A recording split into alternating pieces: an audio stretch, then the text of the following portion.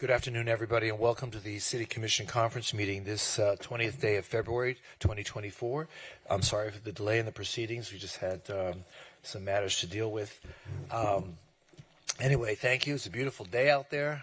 Wish we could have it on the steps of this place as opposed to indoors, but... So we have communications to the City Commission, and the first communication comes from the Budget Advisory Board. And the communication sent to the Commission talks about the Commission asking the City to consider a special events ordinance that requires full recovery for the costs that the City incurs for each of these special events. Now, we did have a conversation about that once before, and Mr. City Man, is there anyone from the Budget Advisory Board here? Actually, we do have someone. Are you here? Are you here to on behalf? Okay, you wear so many hats, Bill. Yeah. Good afternoon.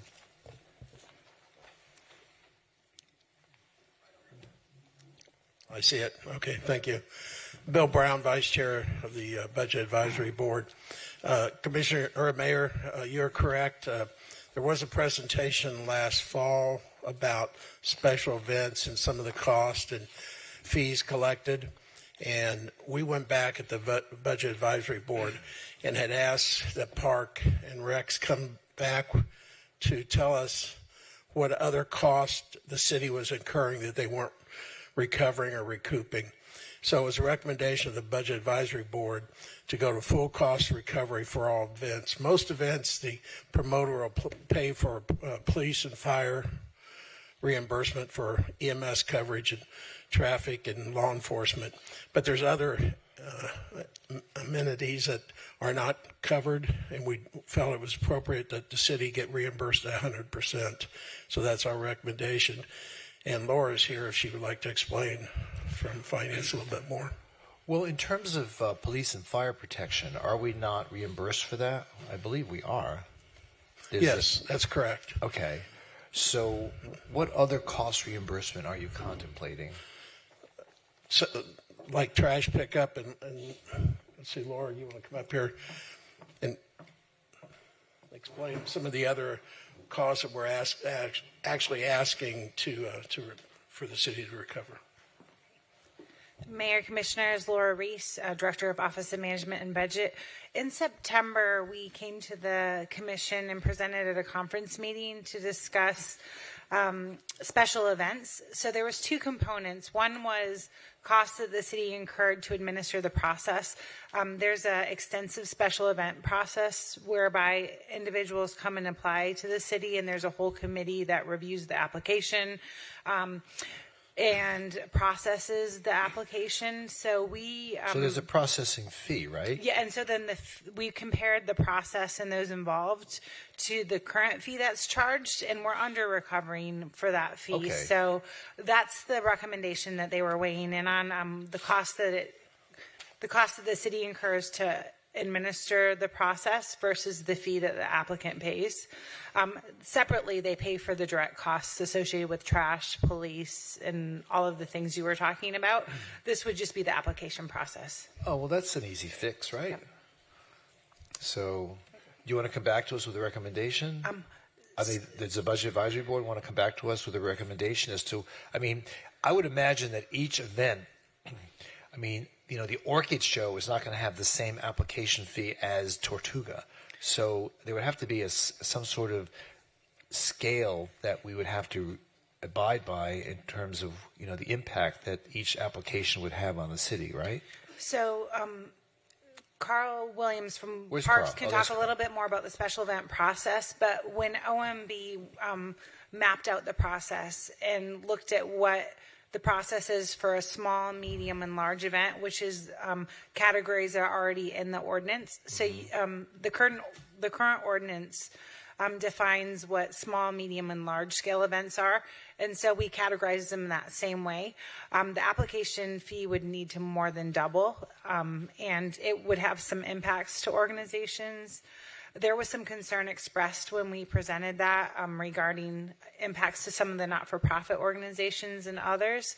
And so there wasn't really a clear direction as to how to move forward because of some of the desire to not impact some of those organizations. So I think that's why the BAB said, hey, let us weigh in and bring this issue back up again. Right now we're collecting around $108,000, but that revenue would grow substantially if the fee was adjusted. I think one of the concerns that we had was that the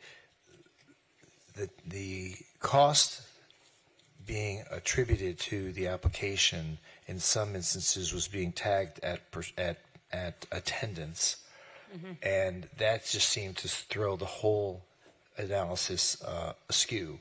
Like if you looked at Tortuga and you tag the application fee according to the amount of people attending, it really threw it.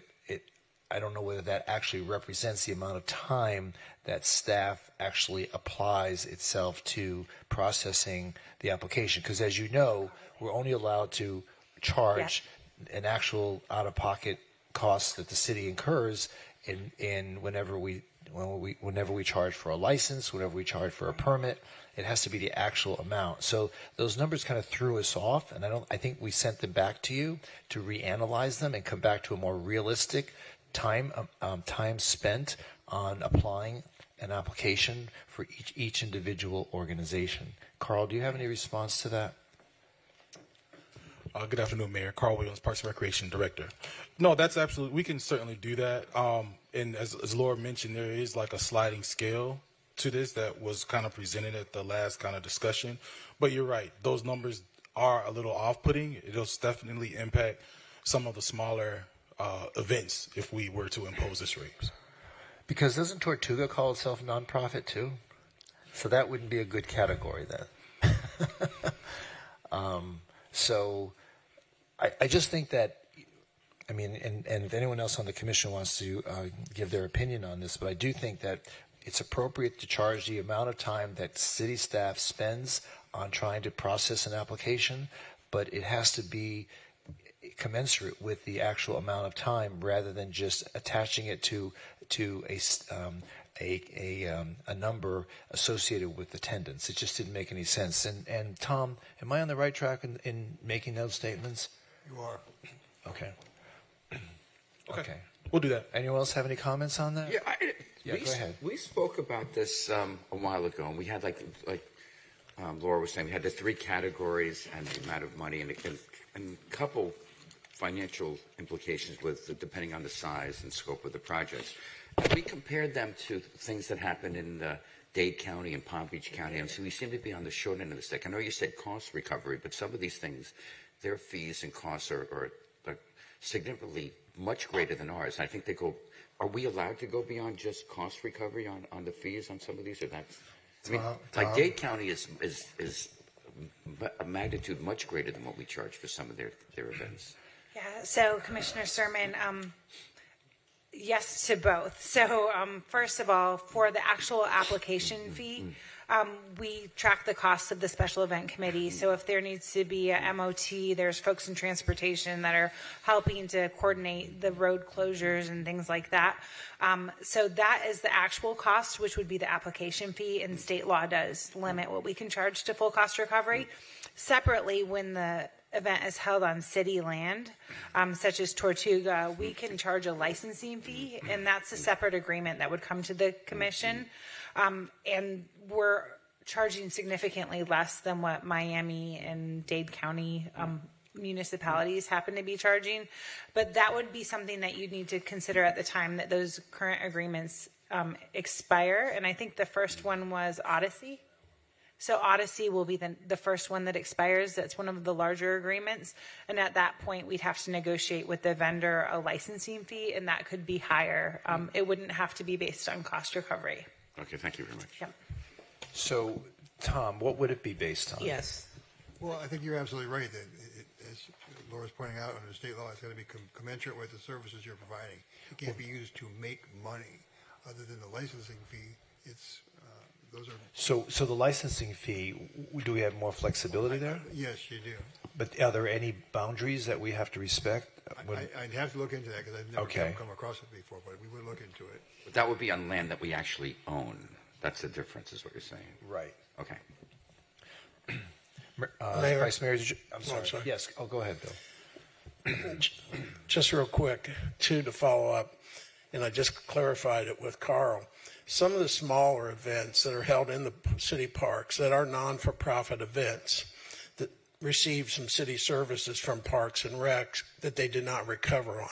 So they would, in the past, they would pick and choose what their budget could support and what their budget could not support. And that's why we made the recommendation on some of those other fees to have full cost recovery. The other point is, as far as the larger events, if it is the will of the commission for us to start looking at, and I think it was discussed, possibly a ticket fee for the larger events, a surtax per se. So when you have an event that draws 40,000. I've always advocated, adding $1 or $2 or whatever to the ticket price. It's not going to change the dynamic of those events, especially the larger events. But it's certainly something worth exploring. If you can get back to us and tell us what our authority is under those circumstances for licensing fee, that would be helpful. Okay, and then we'll come back with a recommendation. Right. It's all encompassing. Excellent. Okay, thank you. Did you have any other questions, Vice Mayor? You're good? No, it was answered. Oh, you're good. Okay. All right. Thank you. Moving on. This is Business 1, the Urban Land Institute Technical Assistance Panel Report presentation regarding mixed-use development corridors. Chris. Yes. So Marilyn, you're not allowed to put your own. It's either yes, no, neutral. She checks her own box, maybe. I'm sorry. Go ahead. Withholding judgment. Okay. Yeah. Good afternoon, Mayor, Commissioners. Chris Cooper, Director, Development Services Department. So this year, we embarked on an effort to develop a form-based code for our mixed-use corridors throughout the city.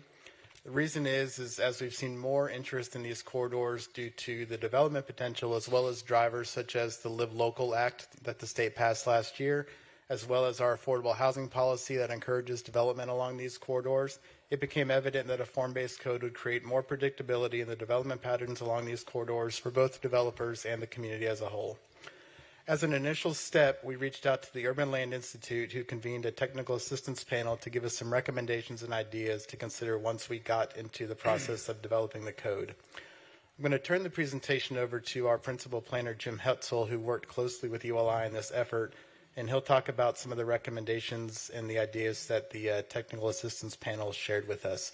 I also want to introduce Julie Medley. She is the Executive Director of the Urban Land Institute Southeast Florida and Caribbean chapter. She's over there on the other side of the room, and she's here as well if we have any questions about the panel itself. Can you come to this side of the room? This isn't church. So with that, I'm going to turn it over to Jim Hetzel for the presentation. Okay. Hello, Jim. Good afternoon, everyone. As Chris mentioned a little bit, our effort here, Jim Hetzel, Principal Urban Planner, DSD, our effort here was to work with the Urban Land Institute with their technical assistance panel to get up to recommendations on moving forward with a mixed-use development zoning district. I'm going to kind of run through the presentation today and then take questions, and I know Julie was just asked to move over here if you have questions for her as well. So technical assistance panel, what that is a group of professional experts that the ULI brings together to provide recommendations. They conduct a 2-day workshop to give us recommendations on our challenges as we move forward with the mixed-use aspect. And what the group included, as you can see on the screen, led by Stephen as our chair for the group, along with some other expert panels, city staff and ULI staff is listed there as well, got together over a 2-day period on December 6th and 7th to discuss our challenges and come up with recommendations. What their objective was to look at improving our regulations for future development along our major corridors. Some of the issues that we're facing as a city are establishing a form-based regulation code that is contextual based on the area of the corridor, protecting the neighborhoods adjacent to these corridors to ensure transition and compatibility is addressed, providing for a variety of options for housing in the city, successful mix of uses to make sure it's viable as we move forward, and overall improve the livability of the city. Some of the areas of concern we are dealing with are site and building design, streetscape design, because there's different jurisdictional controls over the streets, and compatibility and transition to the neighborhoods. So the project is taking a multi-phase approach. The first was staff put together an analysis document that gave basically the foundation for the ULI group to jump from. Staff analyzed the different areas, gave some recommendations as far as the different groups of areas in the city along the corridors, created different areas. Also provided some clarity on the objective. What does the pink represent, and what does the... So the pink represents the areas that we're focusing on for this effort, which is major corridors like US 1, portions of State Road 84, portions of US 1 to the south, east-west corridors like Sunrise Boulevard, portions of Sunrise, portions of Oakland and within our city, and portions of Commercial Boulevard as well. So what you see on the screen is everything in red are the areas we're talking about. So the first phase was to work with the ULI to get the recommendations through the TAP event, which occurred on December 6th and 7th. And then phase 2 is to move forward using the recommendations to procure a consultant and have them work with us in creating the form-based regulations, do extensive outreach with the community, and so forth. So the 2-day event occurred on December 6th and 7th, which the first day was an intense collection of data from both the city staff and stakeholders to the ULI panel. The second day was putting that information together for the ULI panel to give them recommendations to the city and their initial findings to the city. So what I'm going to do now is run through some of those recommendations. And what the areas of recommendations are going to focus on are form-based code regulations, public realm and human experience, connectivity, and transition are the 3 areas we're going to look at. So public realm, some of the principles that the TAP panel came to was walkability, sense of place building, open space and defining it, building design, and pedestrian realm experience. And I won't run through all the key components, but you can see there's some listed there. I'll highlight a couple of them. Is to focus on the city-controlled aspects. What can we control as a city? That's very important to look at. As well as frontage along the streets. How should the streets, the frontage types, building typologies, and so forth should look, along with defining what open space and what public realm should be in these areas. So you can see there's a list there that the TAP panel came up with as far as recommendations for this topic. Could you slow? I mean, Yep, you're go back up. zipping by this. Sorry. Boom, boom, boom, Yeah, boom. yeah. And I'm like one slide behind you the whole way through. So if you just want to slow down just a little sure. bit. Okay, go ahead. So, But you could just speak a little. Yep, no worries. I'll slow down. I do tend to talk fast. You can slow me down. I do too. Thank you. You're welcome. Okay to move on? Yep. Okay. The next is connectivity and transition. And some of the principles that the panel came up with was street connectivity, multimodal and transit connections and offering different options, the transition to the neighborhoods, and supporting community benefits such as affordable housing. Some of the key components they focused on was improving the inner city connections from corridors. That includes connecting properties adjacent to one another rather than having to go back out onto the road to connect to your neighbor. How can you better connect the two internally? Some other aspects are creating yard standards that are abutting residential neighborhoods to look at that, and should that be addressed as far as buffer setbacks and so forth. Looking at curb cuts along the streets and where they should occur, happening on the primary street or a secondary street should be looked at as a focus area. And also looking at building design and having liner units, residential units, perhaps on those facades that face the residential neighborhoods. So those are just a couple to highlight as far as their key components.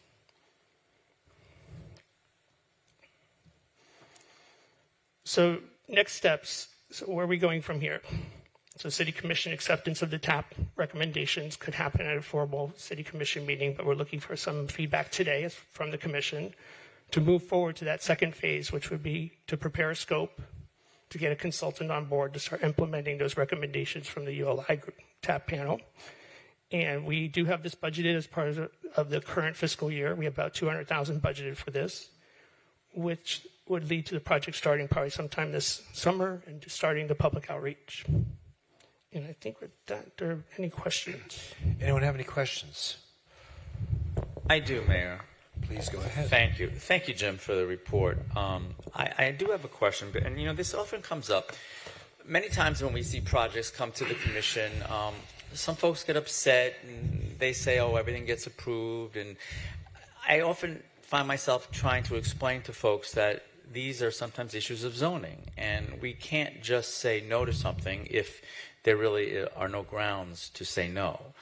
So has staff, and maybe even working in conjunction with Planning and Zoning Board, ever really discussed about taking a look at zoning and seeing if perhaps zoning overall needs to be tweaked, or areas that people consider to be perhaps too dense or make people nervous, so that we do a better job maybe of educating the public about what it is exactly that we can and cannot do when it comes to development that comes before us.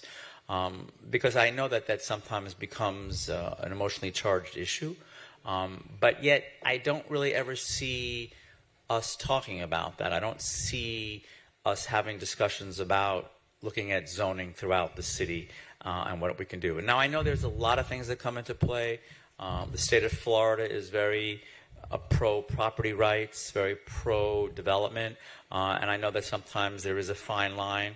But I just want to make sure that the public understands what we can and cannot do when it comes to items that come before us and why it is that way. And then maybe there are avenues that we can look at to perhaps look at zoning. And I know we've done other things along the way. We've done a lot with our downtown. We've done a lot with transition areas to protect our neighborhoods. We have done that work. But I'm just wondering if we've had any other discussions at the staff level or the P&Z level where we are actually looking at zoning in particular. Yeah, I'm going to hand it over to Chris. Thank you. You want to take that? So, our zoning and land use really starts with our comprehensive plan and our future land use map. And the intent of that map is to really set the stage for many years down the road in terms of the type of development and density and intensity that we want to see throughout the city. So that's really where that plan starts. And we just updated that not too long ago, within the last couple of years. For certain areas of the city, we have done a lot of work in looking at the way those areas are developed and what that could look like in the future. We've recently done some amendments in our uptown area. We've codified the downtown master plan. We've worked in the Central Beach to look at that zoning district and that zoning code there. We've had some interest in looking at the South Rack area. So there's kind of these ongoing efforts throughout the city, especially in those areas that experience more development, especially diverse development, in terms of coming up with the right zoning and the right code that applies to those areas based on what the community really wants to see. One of the other considerations, aside from just the future land use and the current zoning, is we have to look at property rights. And when we look at zoning and rezoning, are we adding property rights? Are we taking them away? And if we're taking them away, are we able to take them because, there's a certain amount of property rights that people have that we can't really infringe upon? So I think, long story short, maybe not as a citywide effort, but there have been many efforts, even in the last 5 years, to look at areas of the city, including these mixed-use corridors, to really hone in on the zoning, what the future land use is, and what that development will look like in terms of a form-based code, or the types of uses, or what that. And I mentioned earlier predictability, and that's kind of what we've been trying to do, is create that predictability amongst the developers, property owners, and the community that surrounds it in terms of what that's going to look like in the future. No, and I agree, and I'm happy to hear you say these things, and the predictability is important. People need to know going in, both the residents and also the development community, they need to know what to expect. But I'm just saying that I think that we could do a better job in educating. I think we can do a better job in what you just said, actually, and let people know. It starts with the comprehensive plan. I don't think people know that process. I don't think they know what it is that we as a commission have to follow when it comes to our ULDR, our comprehensive plan. We see all of that in the backup all of the time. I know I, in particular, do ask a lot of questions about that. Are what we're doing, is it exactly what we are expected to be doing? But I don't think that message necessarily translates to the community at large. I don't think they understand what it is we are charged to do. I don't think they understand that process because it really is important to make sure that I think that people understand it. Mm-hmm. Understood. Thank you. Thank you, Mayor. Any other questions? Said, Mr. Cooper, if you come back, please. I am agreeing with my colleague as far as awareness and conversation with our neighbors so they understand this process. Because even in what we are learning as we go forward is a lot. There's a lot of components, and it's be well served if we could have those opportunities. And I know that there have been some meetings having this conversation, but I do know also the participation has been low. So I think revisiting again, doing what we can do to a point to exhaust where we get that information out as much as we can. And I would love to get with you to make those, plan those type of meetings in District 3 as well. Okay. Thank you. I look forward to it. Any other questions? Yeah, a couple. I mean, I guess it's been said. This is conceptual, and I guess the devil's in the detail with a lot of what's going forward. I'm not asked to, I guess, approve anything tonight, but I tend to echo my colleagues here. I know the questions are building to line, taking away from, setbacks and all, but not only going into the community as a whole, but I think the key to success of any of these is community buy-in, not just DDA and business, but actually the neighborhoods themselves. And that's a constant battle. And they said, oh yeah, the neighborhoods were informed. We said no, but I think a concerted effort to actually reach out to the individual neighborhoods and get community involvement, echoing what my colleagues have said. Yeah, absolutely. So this effort that we presented to you today was a way for us to, there was some community involvement. It was noticed people could attend, but it was for us and for you to kind of get an idea of what these people that are practitioners and really experts in their field, what their thoughts are on where we could have some success, what some opportunities are, or areas of weakness that maybe we could improve upon. So the following effort will be very robust, a lot of public outreach, a lot of opportunities with these corridors. The code that works on a North Federal corridor may not work on a 17th Street corridor. So a lot of it will be looking at these individual corridors and communities to really craft this in a way that meets the needs of those areas specifically. Any other questions? Okay. Anyone else? So there are a couple people who signed up to speak, but I just want Chris to reiterate a little bit of what's just been said. And that is, yes, we do need to hear from the people that live in our neighborhoods as to what their expectations are going forward. When I first came to this commission in 2003, we created a master plan for Flagler Village, and that was the vision for Flagler Village at the time. Has that vision changed? Can it be improved upon? And that goes for all the different neighborhoods that we are attempting to try to improve. Setbacks, with some neighborhoods like my own have a 5-foot setback. Is that appropriate going forward? Should we increase it? Should we do zero lot line? And I think that the neighbors want to be heard now. They're seeing a lot of development. They're seeing a lot of new people moving into our community. And I think that there is a fear that the quality of life is being put at risk with a lot of new development. But at the same time, having said that, we also must be mindful of what governments superior to ours are imposing on us. Much to Commissioner Glassman's point, the state statute as well as county rules have tied our hands in many cases as to what we can do and can't do. And that message does need to get out there, because we are our hands are tied in so many different situations, especially when it comes to the state's notion of affordable housing and in trying to, the county's version of where we can build in commercial corridors. I applaud the efforts of your staff. I think that the recommendations are really great, trying to sandwich in, somehow we can still try to do something to improve our building guidelines, even though we have these impositions imposed upon us by the state and county governments. Not that their rules are bad, but I think that one size does not fit all for the state of Florida, and we all know that. So to the extent that we can try to work with those rules and still come out with a good product, I think is, I guess, the task we were asking you to come up with. So anyway, did you want to add anything to? Okay. I did, just to say also, first of all, I think when you read this report, I wanted to also commend staff, because the ULI folks were very complimentary of the work that's been going on. When you read the additional considerations, when you read the conclusions, when you read everything that ULI folks said, they made it very clear that we are doing good work. So I wanted to say thank you for that.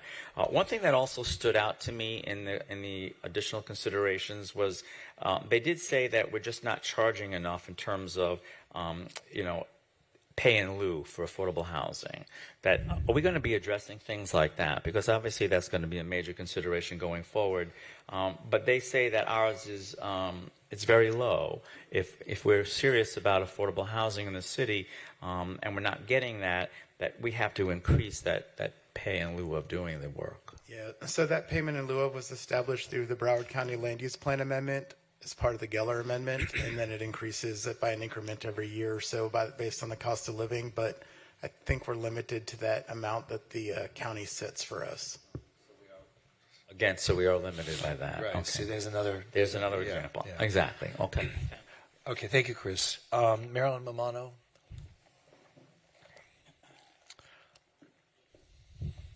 Did you enjoy your holiday weekend? I chopped down a cherry tree.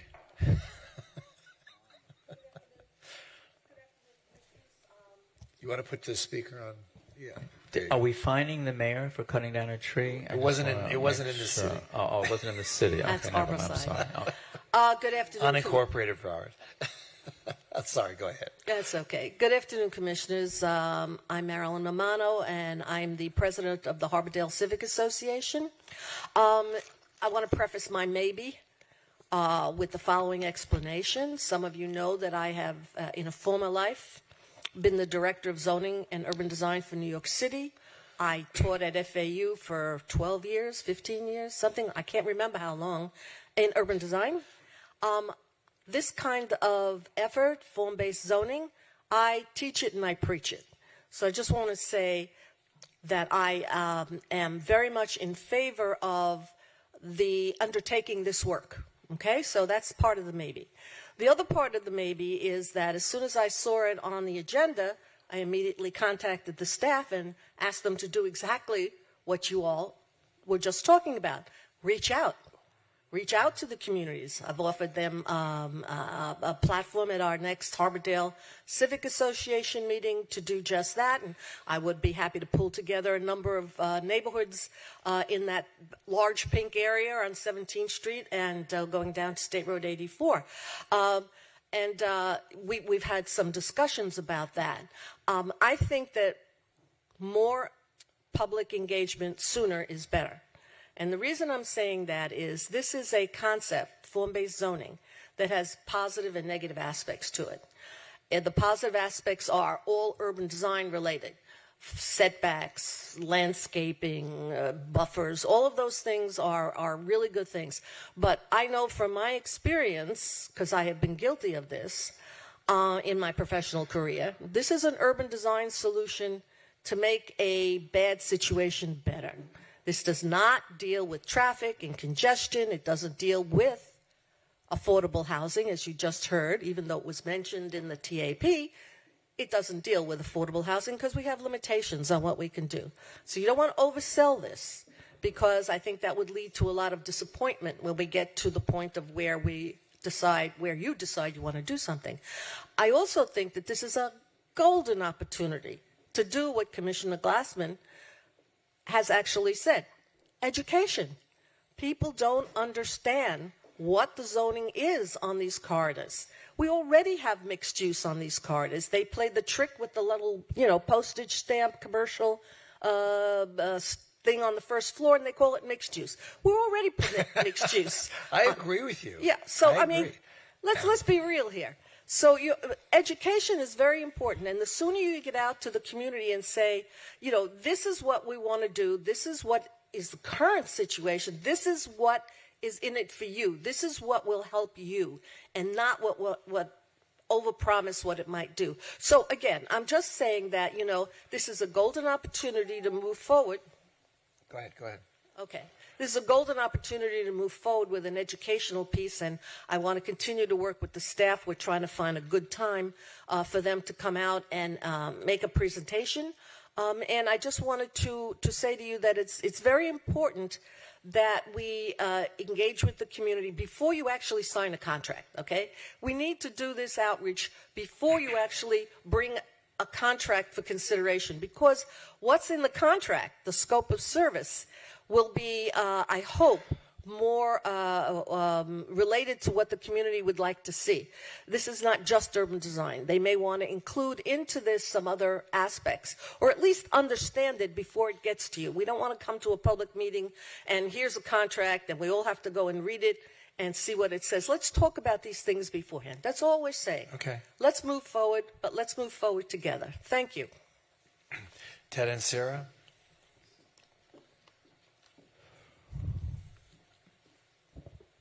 Hello, everybody. My name's Ted and Sarah, president of the River Oak Civic Association. Commissioner Glassman, I liked what you had to say, and the mayor yourself, but the public really just doesn't know. When I started my second life getting involved in the city politics and doing it started at planning and zoning meetings. And we haven't been the same since. And I would go, and I would think that, boy, they really don't care what I'm saying. It's going to be an automatic stamp, and that's what I believed. And I go to the DRC meetings. I go to planning and zoning. And, and I print a lot, or I post a lot about what is happening at these meetings, because people honestly just don't know. Like you said, Commissioner Glassman, they just think that, it's an automatic stamp and whatever they say means nothing. And so I think we do need to look at different zonings and how we can make it just not so easy for them to just get approved, and really take care of the neighborhoods. My main concern is our neighborhoods.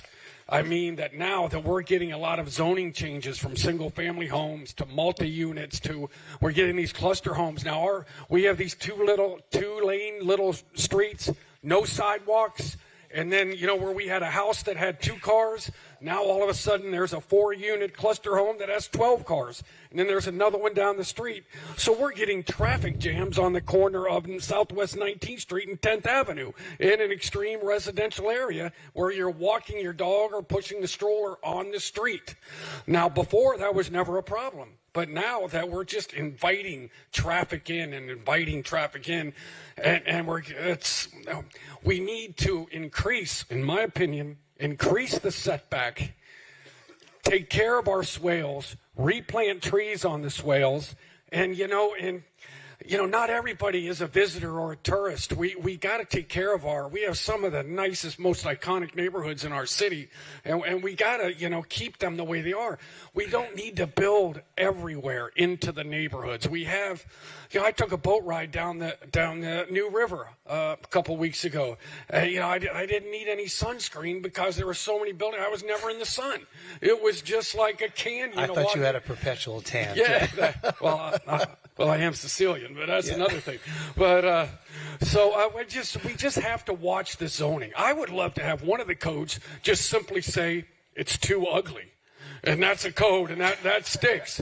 Because these things are we don't have a category for that. They look like sugar cubes with a door. And I don't know if these architects went to school or they just gave them a ruler and a Sharpie when they graduated, because there's just no thought. But we just need to take care of our neighborhoods.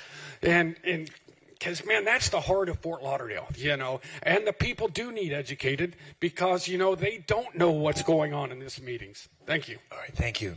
Is there anyone else who wishes to speak on this item? Ted, we did bike through your neighborhood this past weekend. It is a gorgeous neighborhood, tree-lined and everything. I do grant you that. Just next time you make sure you have my permission, Commissioner.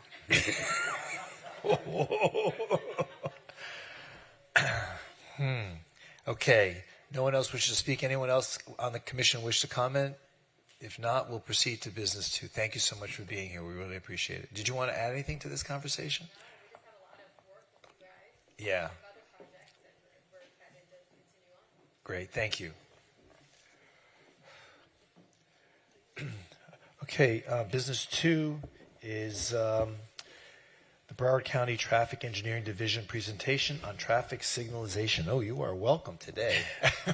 So, Mayor, if you may recall, the last time we gave a kind of a substantial surtax update, you requested some information on the traffic signals and what was being done within city limits. And so we worked with Broward County Traffic Engineering, and we had a presentation scheduled for this last fall, but due to some scheduling conflicts, it got delayed to today. So today, Mr. Rasim Awad from Broward County Traffic Engineering is going to go through this presentation about improvements in Fort Lauderdale. Great, thank you. Welcome to the city of Fort Lauderdale. You know, we have traffic lights here. Did you know? We sure do. And they don't talk to each other. Did you know that? We're going to get into that. So, good afternoon, Mayor, Vice Mayor, and members of the City Commission. My name is Rasim Awad, and I'm the Assistant Director of Traffic Engineering at Broward County. Thank you for the introduction, Ben.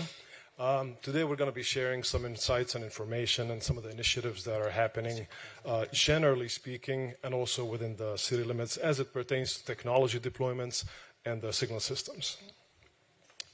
All right, so technology is being thrown at us from every angle, and it continues to evolve. So what should we invest in is the question.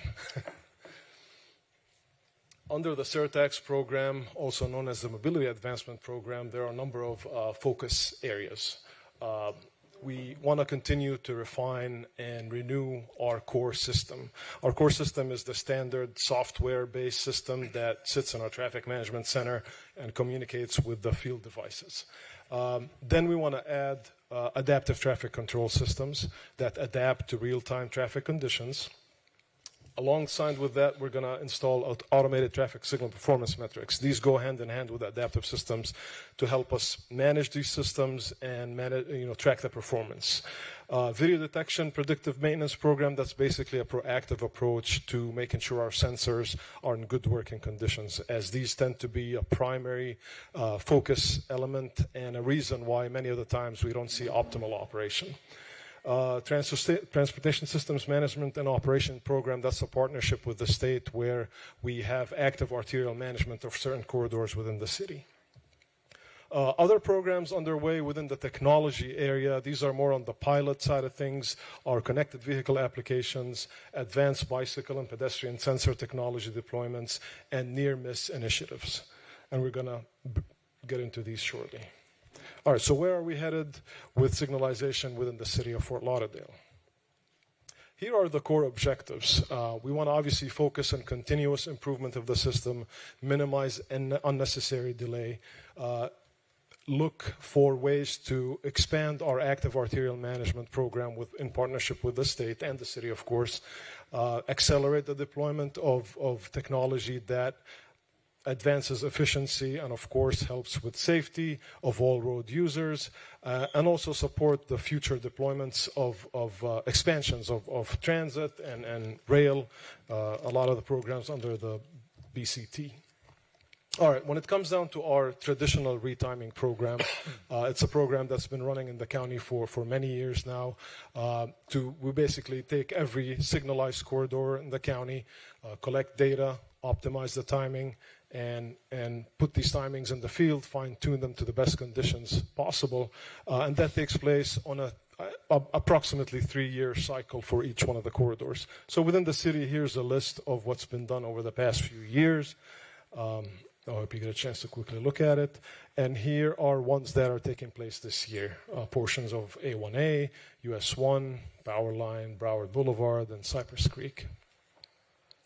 Which leads us to adaptive traffic control systems. We're investing heavily in those systems because it takes us away from this cyclic retiming process every few years to continuous optimization on a cycle-by-cycle basis throughout the day based on actual field conditions.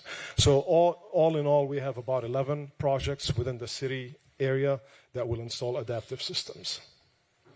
And this is just the data that was looked into back in 2017 to pick the corridors countywide and within the city. Here is the list of the first 7 of the 11 corridors that will have adaptive traffic control system deployed. One thing to note is the US 1 and Southeast 17th Street corridors go hand in hand with the Port Bypass Road, and will work in conjunction with that to obviously optimize the signals around that whole section.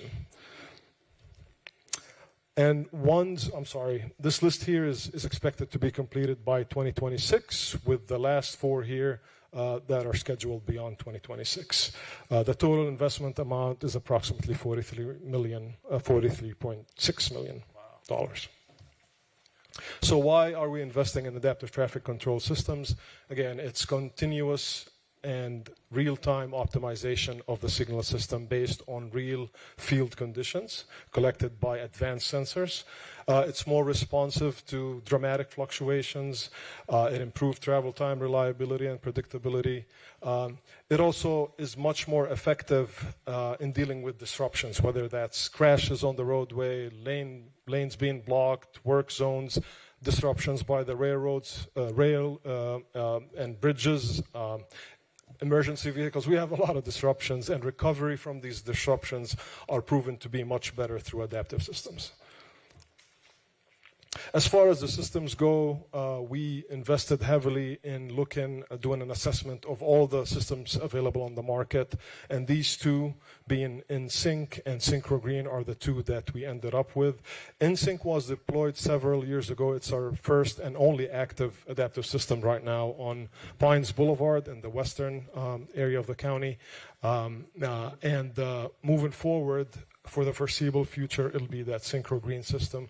It's more software-based, less hardware in the field, less failure points, more sustainable overall, and it checked many of the boxes that we were looking for. This is a snapshot of the results out of the Pines Boulevard adaptive system installation. So it's a sizable reduction in travel time and delay. We wanted to show this in hopes that we're going to get a portion of that in the more complicated systems here on the eastern side. This is definitely not representative of what we expect to achieve here. As a matter of fact, having been involved in many of the adaptive deployments in neighboring counties and jurisdictions, these are peak period measurements, and the expectation is that in Fort Lauderdale, outside of the peak is where we'd likely see the best benefits. All right, to support all the technology we're looking at and the adaptive systems and many other programs, we're also investing in the communication systems behind the signal systems, and that's through the installation of fiber optic cable. Most of our communications right now is done through cellular communication, so fiber is more reliable and carries more data, has a higher bandwidth. Also, as far as communication goes, it supports our active arterial management program. That's a state-funded program where certain corridors of regional significance within the county are basically looked at more closely on a day-to-day, and where staff is able to interact with the system to respond to unforeseen events as they come up. So the state invests in staffing in our traffic management center, as well as devices in the field to detect issues such as cameras and travel time and speed detectors, so that we can react to all these unforeseen events, program events, special events, and creating special timing plans for flushing traffic one way or the other along detour routes. All right, connected vehicles, that's the way of the future. This is an experimentation we have been doing for a few years now. Basically, connected vehicles is the connection between the vehicles and infrastructure. That's the way of the future, which will lead to autonomous vehicles, hopefully one day. But this is the base of it. So we partnered with a third-party vendor a few years ago that basically grabs our second-by-second central traffic signal system data and pushes it out to certain vehicles of certain makes that the vendor contracts with, where signal system data is shown in the dashboard of these vehicles. For example, if you're standing at a red light, it'll advise you that there's 25 seconds left for it to turn green. And vice versa. These vehicles become data points for us, and embedded with the traffic signal system information, it becomes cues as to where we have failures, where we have too much delay, and so forth. So it works both ways. It's applicable pretty much throughout the county, this pilot. And this is just a snapshot of some of the data we will get through this partnership. Another area that is, again, of essence is the detection systems. These continue to evolve, and they continue to cover more than just the vehicles. Of course, we want to see the bicycles and other road users and pedestrians, and have the signal react safely and efficiently to all road users. So we have partnered with the state and deployed a few of these systems. This one is a snapshot of one of the system. It basically uses thermal imaging sensing technology that's actually used by the military. But what it does, this is at A1A in Las Olas. If you look at this image, it's basically draws a square and detects the pedestrian and the cyclist in this case and differentiates them. In this way, the signal can know what's happening out there, can react accordingly if programmed. So how does that work? So I'm driving my car, and there's a bicyclist alongside of me, and so what happens there? So this basically becomes the eyes for the traffic signal. Like traditional systems, it will generally detect there's presence of something there that we need to give them green or extend the green. In this case, by differentiating the bicyclist in this case, we have the option to say, all right, give us a little more than the minimum green so that we can get them through the intersection safely. I see. Yeah. Okay. So as far as this type of technology, we have it active at 2 of these 4 intersections, with the other 2 being number 1 and number 4. Hopefully in the foreseeable future, we will expand it to these. And again, this is one of the many technologies that continue to evolve that we want to test and experiment with. On the safety side of things, with again, technological advancements and the ability of artificial intelligence and video image processing. We partnered with the University of Florida, and this is also a program funded by the surtax, to detect near-miss events. So, what we're looking for is the potential for certain crashes at certain intersections to be able to implement countermeasures proactively instead of, obviously, after the fact, which is kind of the traditional way of doing things. So this is an example from one of the intersections. It's Sterling Road and North 68th Avenue. The data is from August of 2023. And if you look in the center of the screen, I know it's a little hard to follow given how the fisheye view is for this intersection, but the fisheye actually gives us the full view of the intersection and can measure these near-miss events. If you look at the center of the screen, there's a truck with a trailer that basically proceeded with this left turn maneuver on a red. And you'll see that the vehicle behind it also proceeds on red. And you'll see, the video didn't play. It shot away. Okay. It's not playing. That's it. Yeah. The next slide.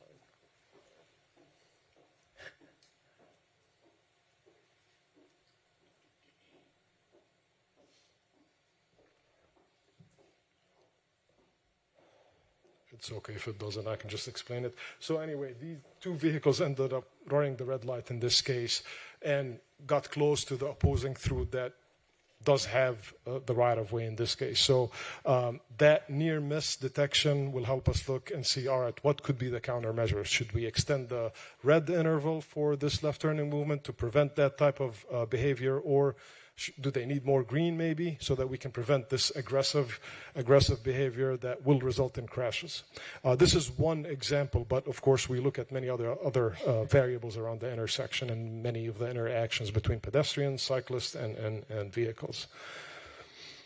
So in summary, we're obviously committed to continue to implement the best practices to optimize the signal system operation, the core system, and everything that's coming with the adaptive system deployments.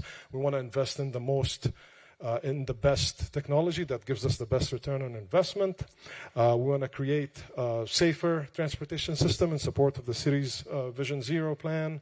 We want to continue to collaborate with our partners, city staff. You have a great staff here that we work with closely. And the state, the MPO on funding opportunities to continue to enhance our systems.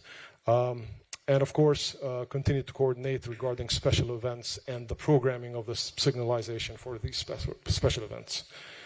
And that concludes our presentation. We'll be happy to take any questions. I have a question. Sure.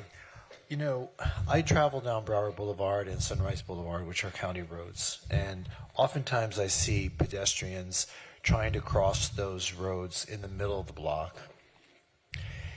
Has the county considered fencing any of those areas to prevent pedestrians from accessing the road other than at the intersection? You know what I'm saying?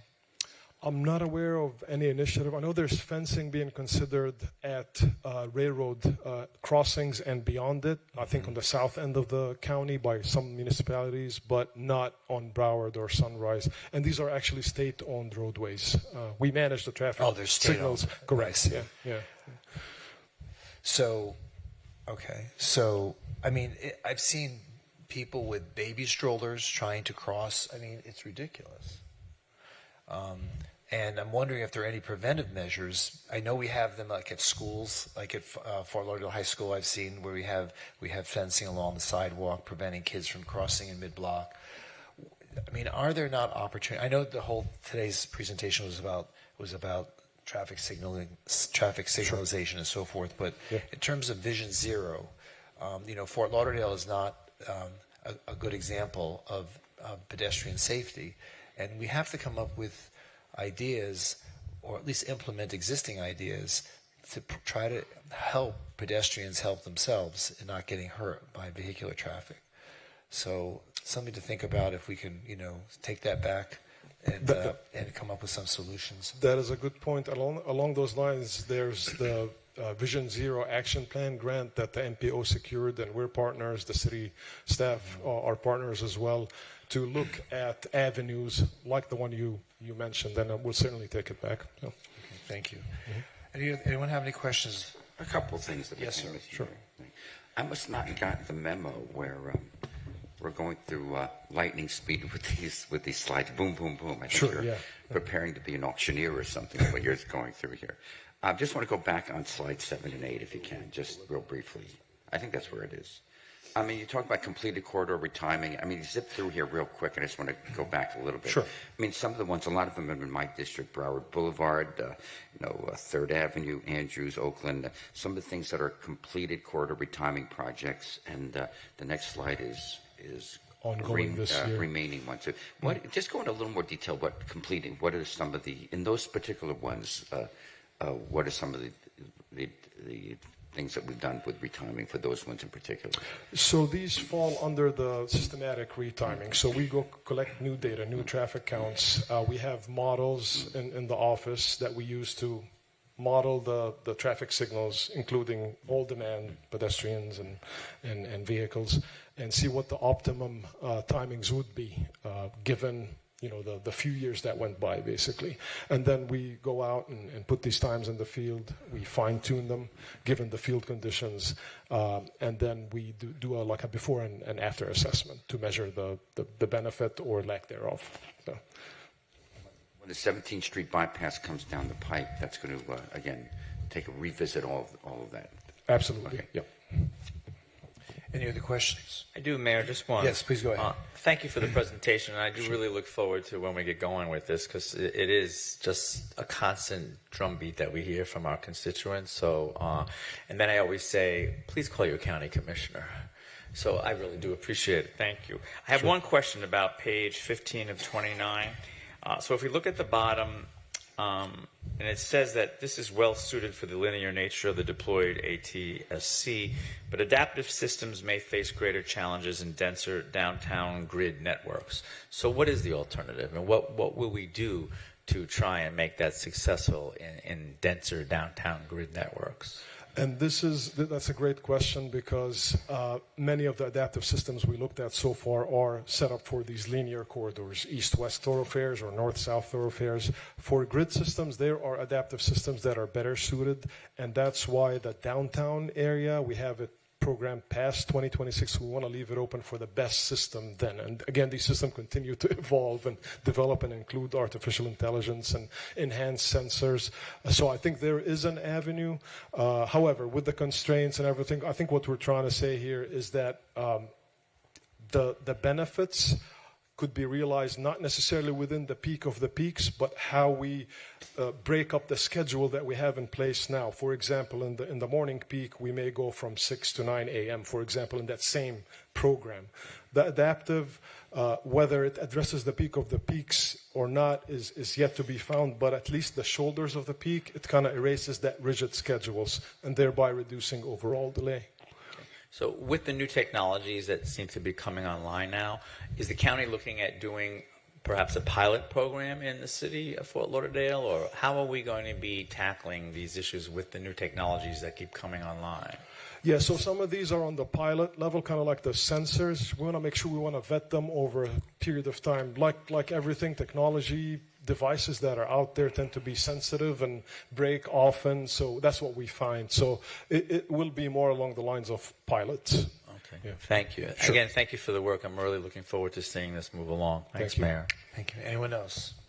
Okay. Thank you so much. I appreciate it. Did you want to add anything to the conversation? Or you just... You're both together. You're both together. He did all the talking. I just didn't want to deny you the right to, if you wanted to add anything to us. Thank you, Mayor, for the opportunity. I'm Charlie Zhu, and I work with Rasim, and I'm a signal timing engineer. So basically, my section is working on this retiming. Like I've been working with the county for the last 16 years. I feel very glad to be here. All right. Thank you. Great. Thank you. Mr. Mayor.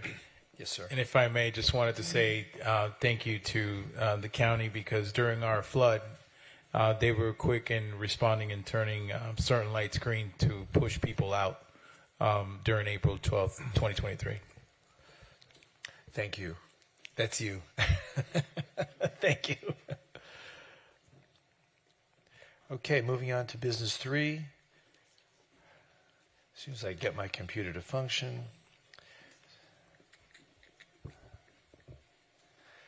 Okay. This is a discussion on the tunnel top branding. Who's going? Oh, Ben. Yes, sir. So at the last meeting, Commissioner Herbst brought up this topic, and staff has also received some information from the public on this. And so we wanted to kind of talk through it with the commission, find out what the appetite was, and determine what the next steps could be. So the first thing that I want to relay is this concept is not to rename the tunnel. It's not to remove Henry E. Kinney Tunnel, but it's to provide additional branding above what the existing tunnel. You mean where the graffiti was? Yeah.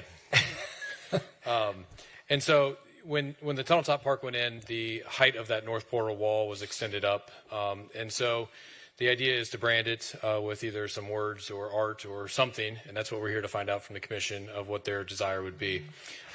It's important to understand that this is an FDOT jurisdiction and that we'll have to go through a certain process with FDOT. And so what we're trying to find out today is if we'll be going through the local ID markers process or a public art process or some other process or no process, depending on what the feedback from the commission is. Can we just get the tunnel done first? Yes. Okay. So this slide just shows a couple examples of what a local ID marker is. You can see it's got text, it's got some graphics, and a little more design oriented. And then the public art slide is missing. Oh, there it is.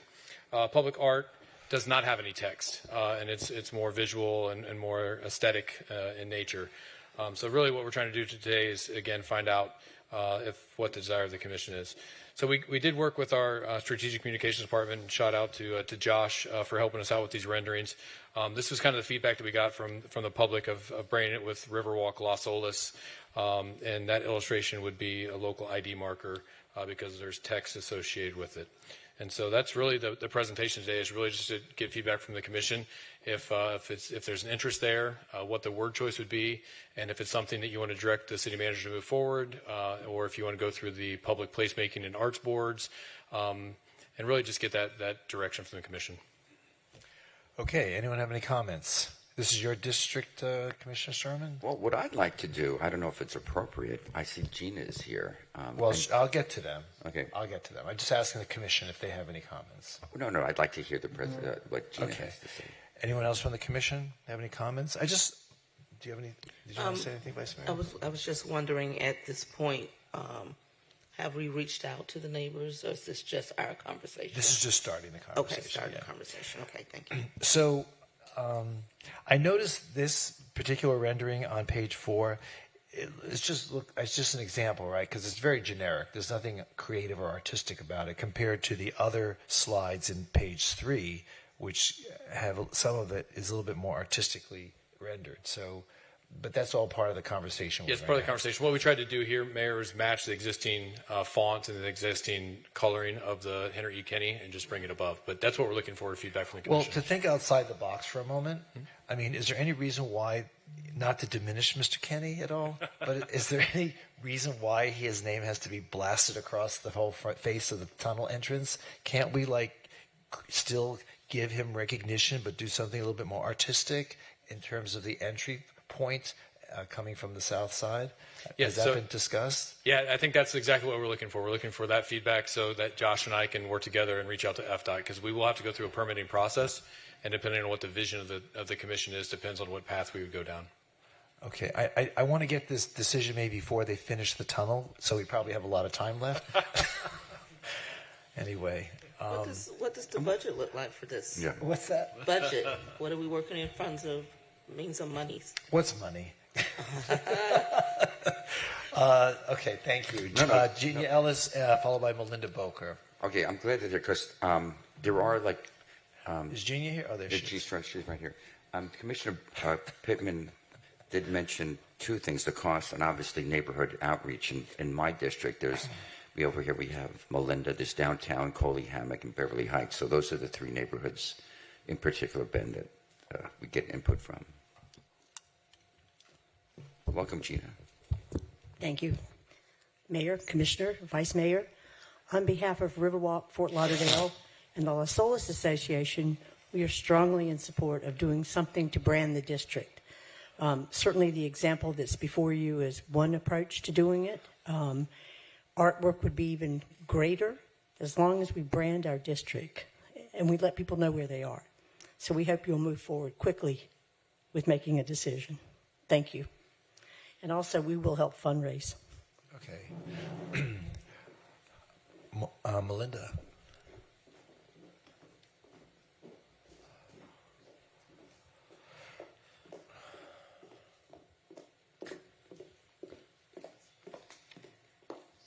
Good afternoon, Mayor, Commissioners. So on behalf of this Business 3 item, Henry Kenny Tunnel signage, I did get a chance to circulate the image to the Downtown Fort Lauderdale Civic Association Board of Directors. I am speaking in my capacity as president of the association. In general, we would like to provide a very favorable response to the signage proposal, provided specifically the image with the words Riverwalk, Las Olas, the city logo, and putting these in a prominent position near the Henry E. Kenny Tunnel words. Art also does sound like a great idea, so we wouldn't be opposed to that aspect. But I think that we would like the naming identification on the north and south entrances if possible. Residents and visitors would see these as they drive into the tunnel. We particularly appreciate that signage is specific to wayfinding for two important aspects of the downtown neighborhood, Riverwalk and Las Olas. One suggestion was that the new signage could be backlit so they could be utilized at night. So I know that maybe we're getting ahead of ourselves, but thank you to Gina and Riverwalk for involving us in the conversation. Thanks. Okay, thank you. Anyone else wish to speak on this item? So where does it go from here, Ben? Is the Arts Committee charged with coming up with an idea? Is the Las Olas Riverwalk folks, who's taking the initiative on this? So this will be a city process, and depending on what the feedback from the commission is, we can either go straight to FDOT with a permit application and engage in conversations with them, or we can have the Public Placemaking and Arts Advisory Board take a look at it and come back. One of the things that if you looked at the rendering, that we had a lot of discussion about is the size of the lettering and if it sticks up above the concrete wall or not. If it does, then you'll see it from the park side, and so it would be backwards, so you'd have to have something behind it. So there's a whole lot of different elements and concepts to look into this to make sure that from a 360 view it makes sense, and understand your point, Mayor, on the size of the letters and where it's at, but that was just taking some of those items into consideration. Mayor, I just wanted to find out from Ben, before we actually go down the path of involving the Public Art Advisory Board, does it behoove us to first reach out even to FDOT to see if they're amenable to doing anything on this? Like if they just, I would hate to see us go through a whole process and do a call to artists, et cetera, et cetera, et cetera, and then all of a sudden we just get shut down by FDOT. So can we find that out first? And Yeah, the city manager and myself have a meeting next week with FDOT, so we'll bring that up as an informal discussion, and then when we would submit the application would be when we get into formal discussions. Right. I just think that would be the smart way to go. Also to find out, they might be okay with just lettering and names. They might take exception if we got really fancy and did some really cool art. They might think that might be a danger. Who knows? People, they're driving into the tunnel and they look at that great art, and boom, they're into the wall. Who knows? I mean, I'm just saying things happen. You see what happens in our roundabouts. You see what happens in all of these kinds of things. Sometimes folks are not the best drivers and things do happen. But FDOT might be cognizant of that and say, hey, we don't want anything over the top here because of that very reason. So I just want to make sure that we know the parameters in which we're able to go forward. That's all. Thanks. Well, you make a good point, but we can't ignore the fact that if we don't do something, someone else is going to do something for us. No, I understand all of it. As we just witnessed. I understand. But we do, Which was very colorful and distracting. Yeah. Beauty is in the eyes of the beholder. But we do have to, I think, find out from FDOT what they will allow us to do. That's all. That's all. I'm still asking my question. Budget, what budget is this going to come out of? How are we paying for this? So right now there's no budget associated with it. We'd have to create a budget and find the funding appropriation. As Gina said, they would be working on some private fundraising. From the city side, it might be something that we look into as part of next year's operating budget as we build that. But as of right now, it's unfunded. Do you have an idea what the cost might be? I mean, a guesstimate. I don't. Again, we're very early in the stages. We wanted to get the commission feedback so that way we can put this stuff together and then come back.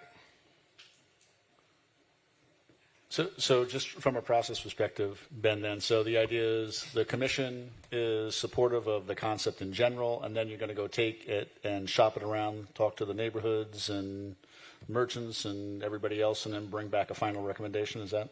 Yeah, I think if the commission direction is to proceed with this, we'll have some informal conversations with FDOT to understand what lane we're in, as Commissioner Glassen recommended. And then after we do that, we'll probably go through the Public Placemaking and Arts Board, Advisory Board for their feedback and have some public outreach during that phase. And then, yes, we bring it back to a future conference meeting for the commission's consideration. Okay, and at the same time that you're doing that, I suppose you could have conversations with folks up and down the corridor about whether they'd be willing to contribute to the cost of this or split the cost of it or things along those lines? Yeah, we'll try to put a funding strategy together before we come back to the commission. Okay. And we could help you take lead with workshop and all that stuff, or district with the communities. So thank you for bringing this back, Ben. So as you pointed out, this is something that I thought this is a good opportunity. Mayor, you referenced the graffiti that was up there, and you had made a kind of an off-the-cuff remark about doing a mural up there, which I thought had merit. I think branding the Riverwalk area, Las Olas. Las Olas is one of our key draws.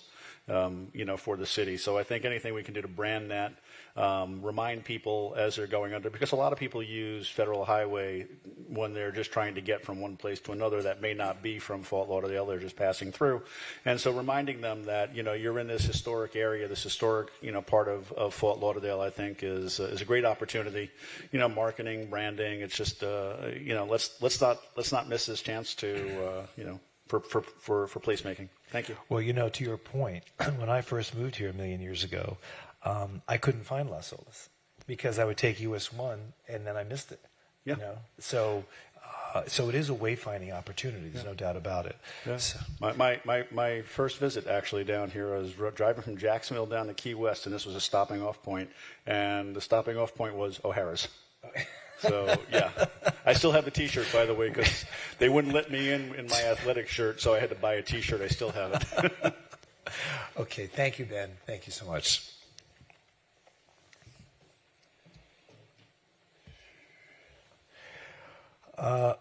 Okay. Business 4, the state legislative update. Daphne.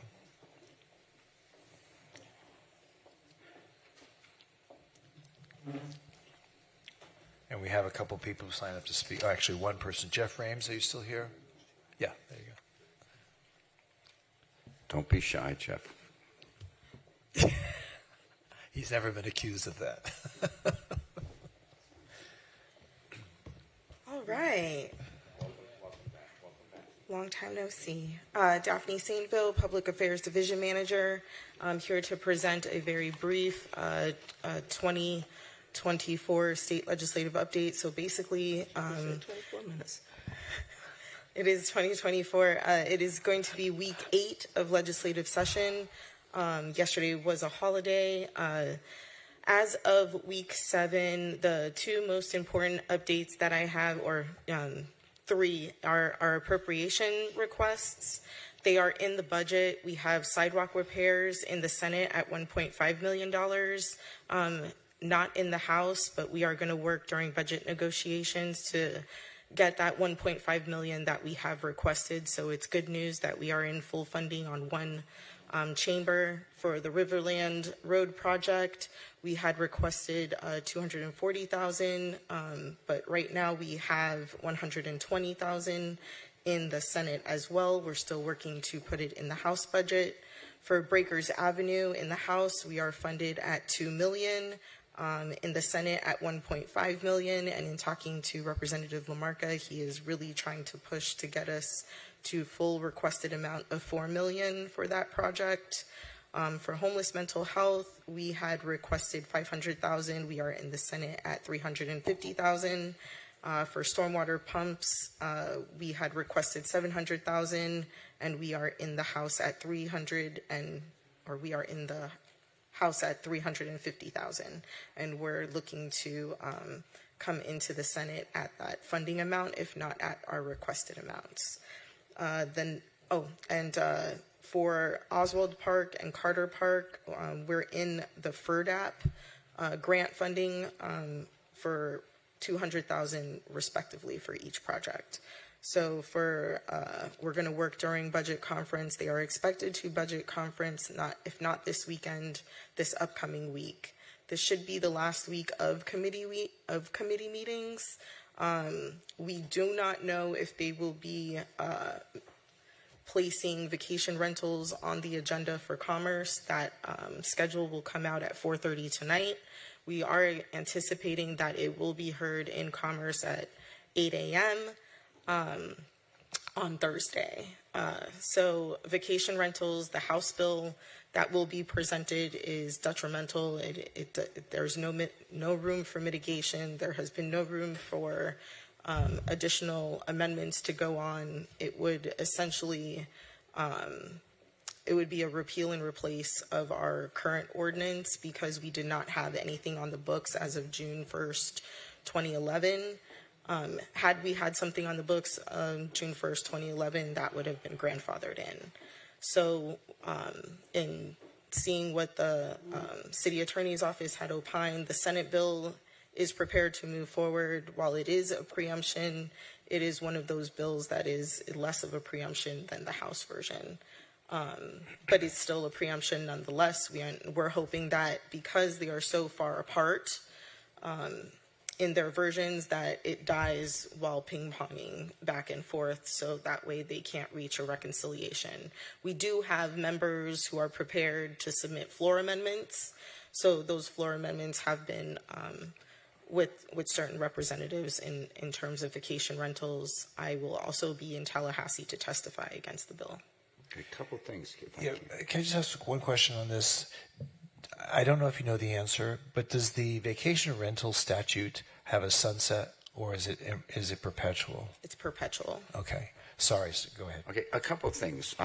There's 3 things on here. One of which is, in my opinion, is more important than the other ones. There's the live local amendments. There's homelessness. But of the 3, I think the vacation rental thing is going to be absolutely devastating to our community. We spent so much time and effort honing in and doing what we can, and quality of life issues.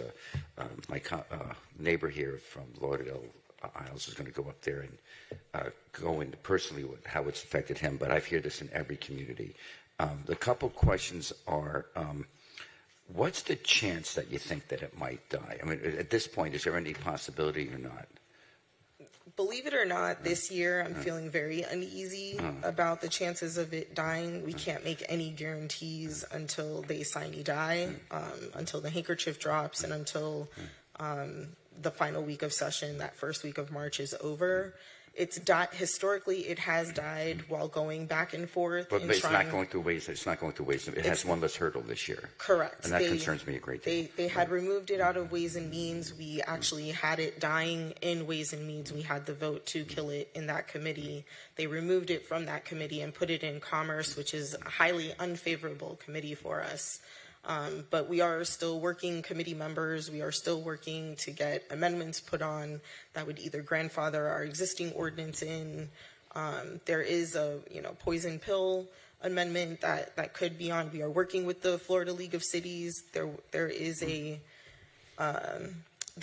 strategy meeting that is going to be scheduled, I believe, sometime tomorrow afternoon. I'll have to circle back with our contact at the league, but as of now, we are urging the community to reach out to those Commerce Committee meetings. I know I have asked to write personal stories about what it was like before we had an ordinance, what it's like now having an ordinance, and what the fear is if those, if that ordinance does get rolled back, what the community thinks it's going to look like.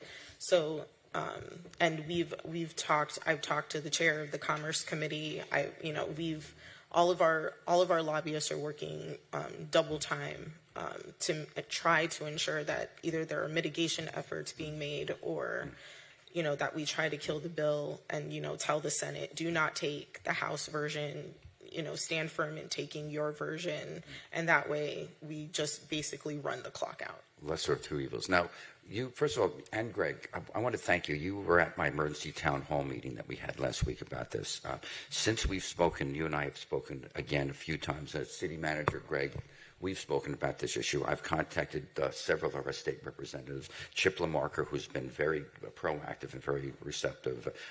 Campbell has been there, Gottlieb, and I've reached out, spoken to our lobbyists in Tallahassee. A couple things I want to ask what we could do, and then we'll go ahead and hear from the community. Number one is, I did ask Greg if we could put a resolution going forward, and your thought on that, and I wanted to see if we could get that on the books, taking a stand as a city, what we could do as a commission, and also your suggestions on the community, exactly who to write to, if you could, what to say, how to go about it, who's on that committee, and what would be the nature of the resolution? Well, I mean, how we, again, just reiterating that our city, how it's going to dramatically affect us, the harm it's going to do to us, the quality of life, how it's going to strip us of our local control over rentals, noise, traffic, and on and on. And I think that it's something that this might be something worthwhile us as a committee, as a commission, taking a stand on. So I'm going to throw it out there. If you could just give us suggestions what we could do as a city, a commission, and as the residents to go ahead and stand firm on this issue. Your thoughts? And Greg, if you want to comment. Or Daphne, go ahead. I would caution against issuing a resolution at this point in time. It's in its last committee.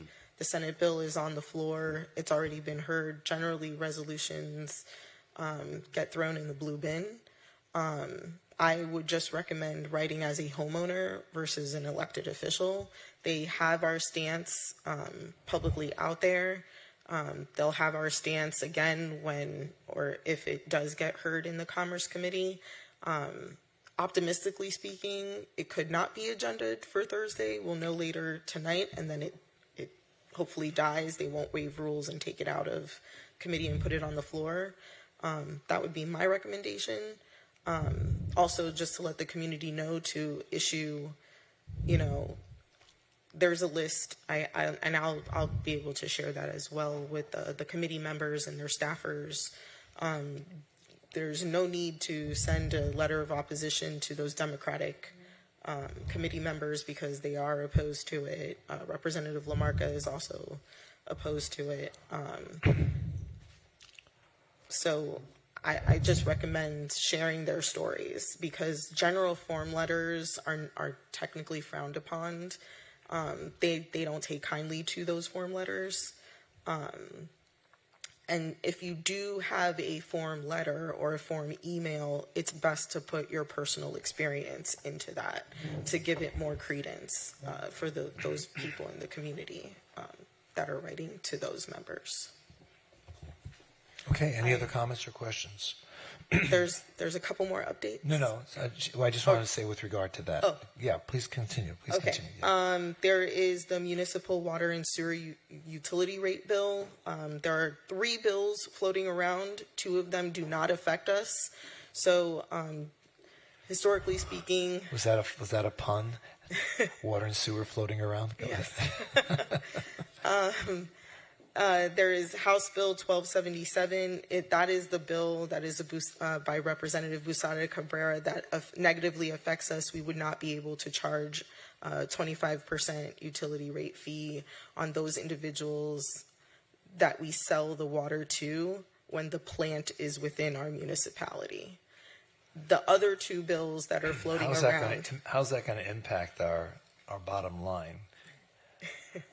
It would be a $1.6 million hit if we were no longer able to charge a 25% yearly. utility.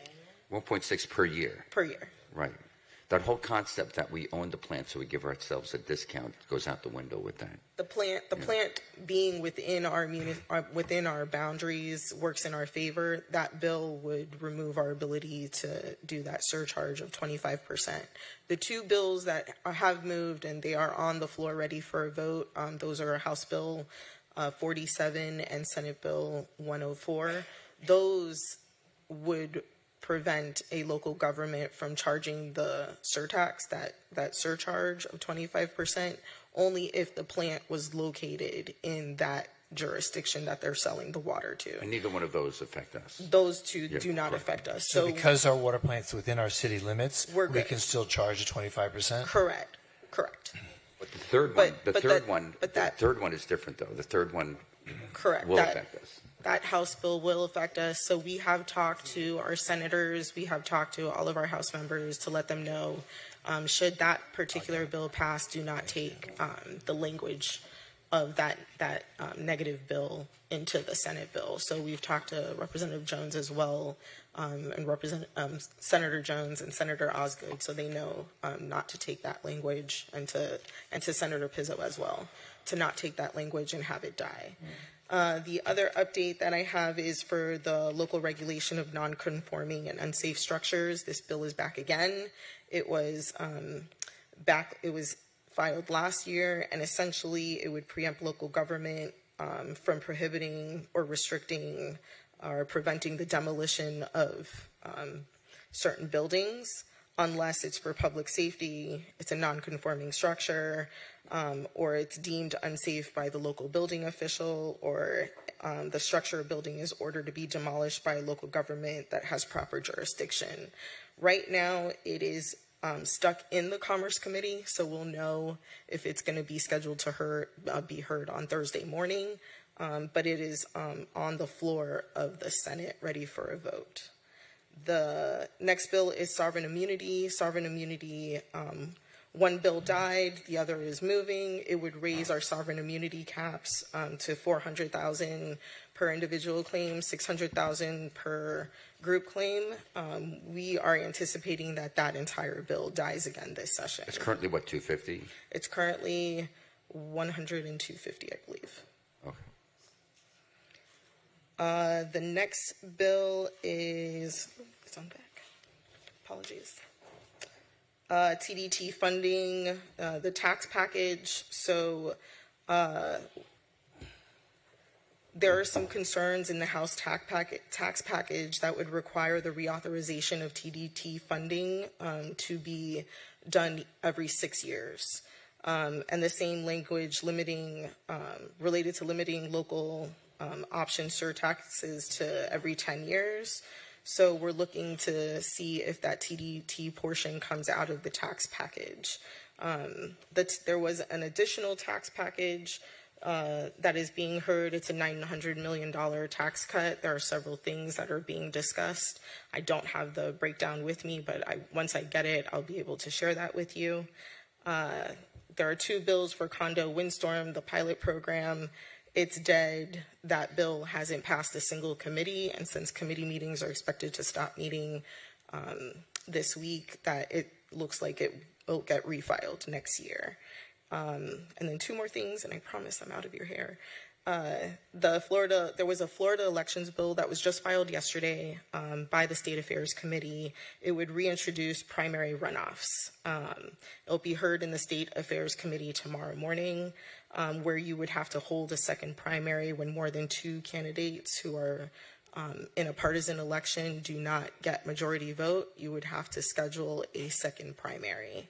So it would affect qualifying dates and et cetera before the original primary and a general election. So 3 elections. Correct. Does that affect we're nonpartisan, it doesn't affect our races per se? Technically it should not, however, amendments can always be made to a committee bill. And the last thing is the Live Local Act. There were a couple elements that had passed in the final version of the legislation in the Senate and the House, where a municipality may not restrict the floor ratio of a proposed development authorized under the subsection below 150% of the highest currently allowed floor area ratio on any land. And there was another amendment that passed on if the proposed development is adjacent to, on 2 or more sides, a parcel zone for single-family residential use within the single-family residential development with at least 25 contiguous single-family homes, the municipality may restrict the height of the proposed development to 150% of the tallest building on any property that is adjacent to that proposed development. So it addressed a majority of our concerns in talking to DSD and Anthony, Assistant City Manager Anthony Fajardo. Most of our concerns have been addressed in that amendatory language when it came off the Senate floor. And that is my 6-week summary and brief. Okay. Anyone have any further questions? Okay. A couple people signed up to speak. Actually, just Mr. Rames has signed up to speak. Jeff, by the way, thank you for bringing this to our attention, being on the forefront with this. I appreciate that. Under the microphone. Press here, okay. Yes. Last time I was up in front of the City Commission was when I tangled with Lee Feldman over canal dredging. And luckily we won that one. I don't know if we're going to win this one. At any rate, my name is Jeff Rames. I'm the Vice President of the Lauderdale Isles Civic Improvement Association. I'm also the Chairman of the Lauderdale Isles Water Management District, which is a dependent special district in the city of Fort Lauderdale. I don't like vacation rentals. And I wasn't going to tell a story, but I'm going to tell one quick one that we've submitted. Okeechobee Lane, 2525 Okeechobee Lane in November of 2022. We had a lot of trouble with a vacation rental there. Code guys would get there after the party was over, that kind of thing. However, on this particular Saturday night, the lady who lived next door called me up and she was crying. She said, I called the police. They chased the 11 cars out of here. Half an hour later, they're all back. So I got on the horn. You know, you have to call customer service. Luckily, we finally got, and I called the police department. I talked to a sergeant there. But luckily, we got Manny Garcia from code enforcement out there. They had 11 cars that people were twerking out there after they left. There was underwear in the driveway. It was just, and a cloud of unknown substance all the way up to Riverland Road. But what happened then is they were cited for 4 violations. And the following month, Mr. Ansborough's first trip as the special magistrate in the city of Fort Lauderdale was one of his first cases. I went with a lady. I told her, you got to go and testify. And this lady was so distraught, she said, I'm going to put my house up for sale. She said that to him. I added my 2 cents from the neighborhood.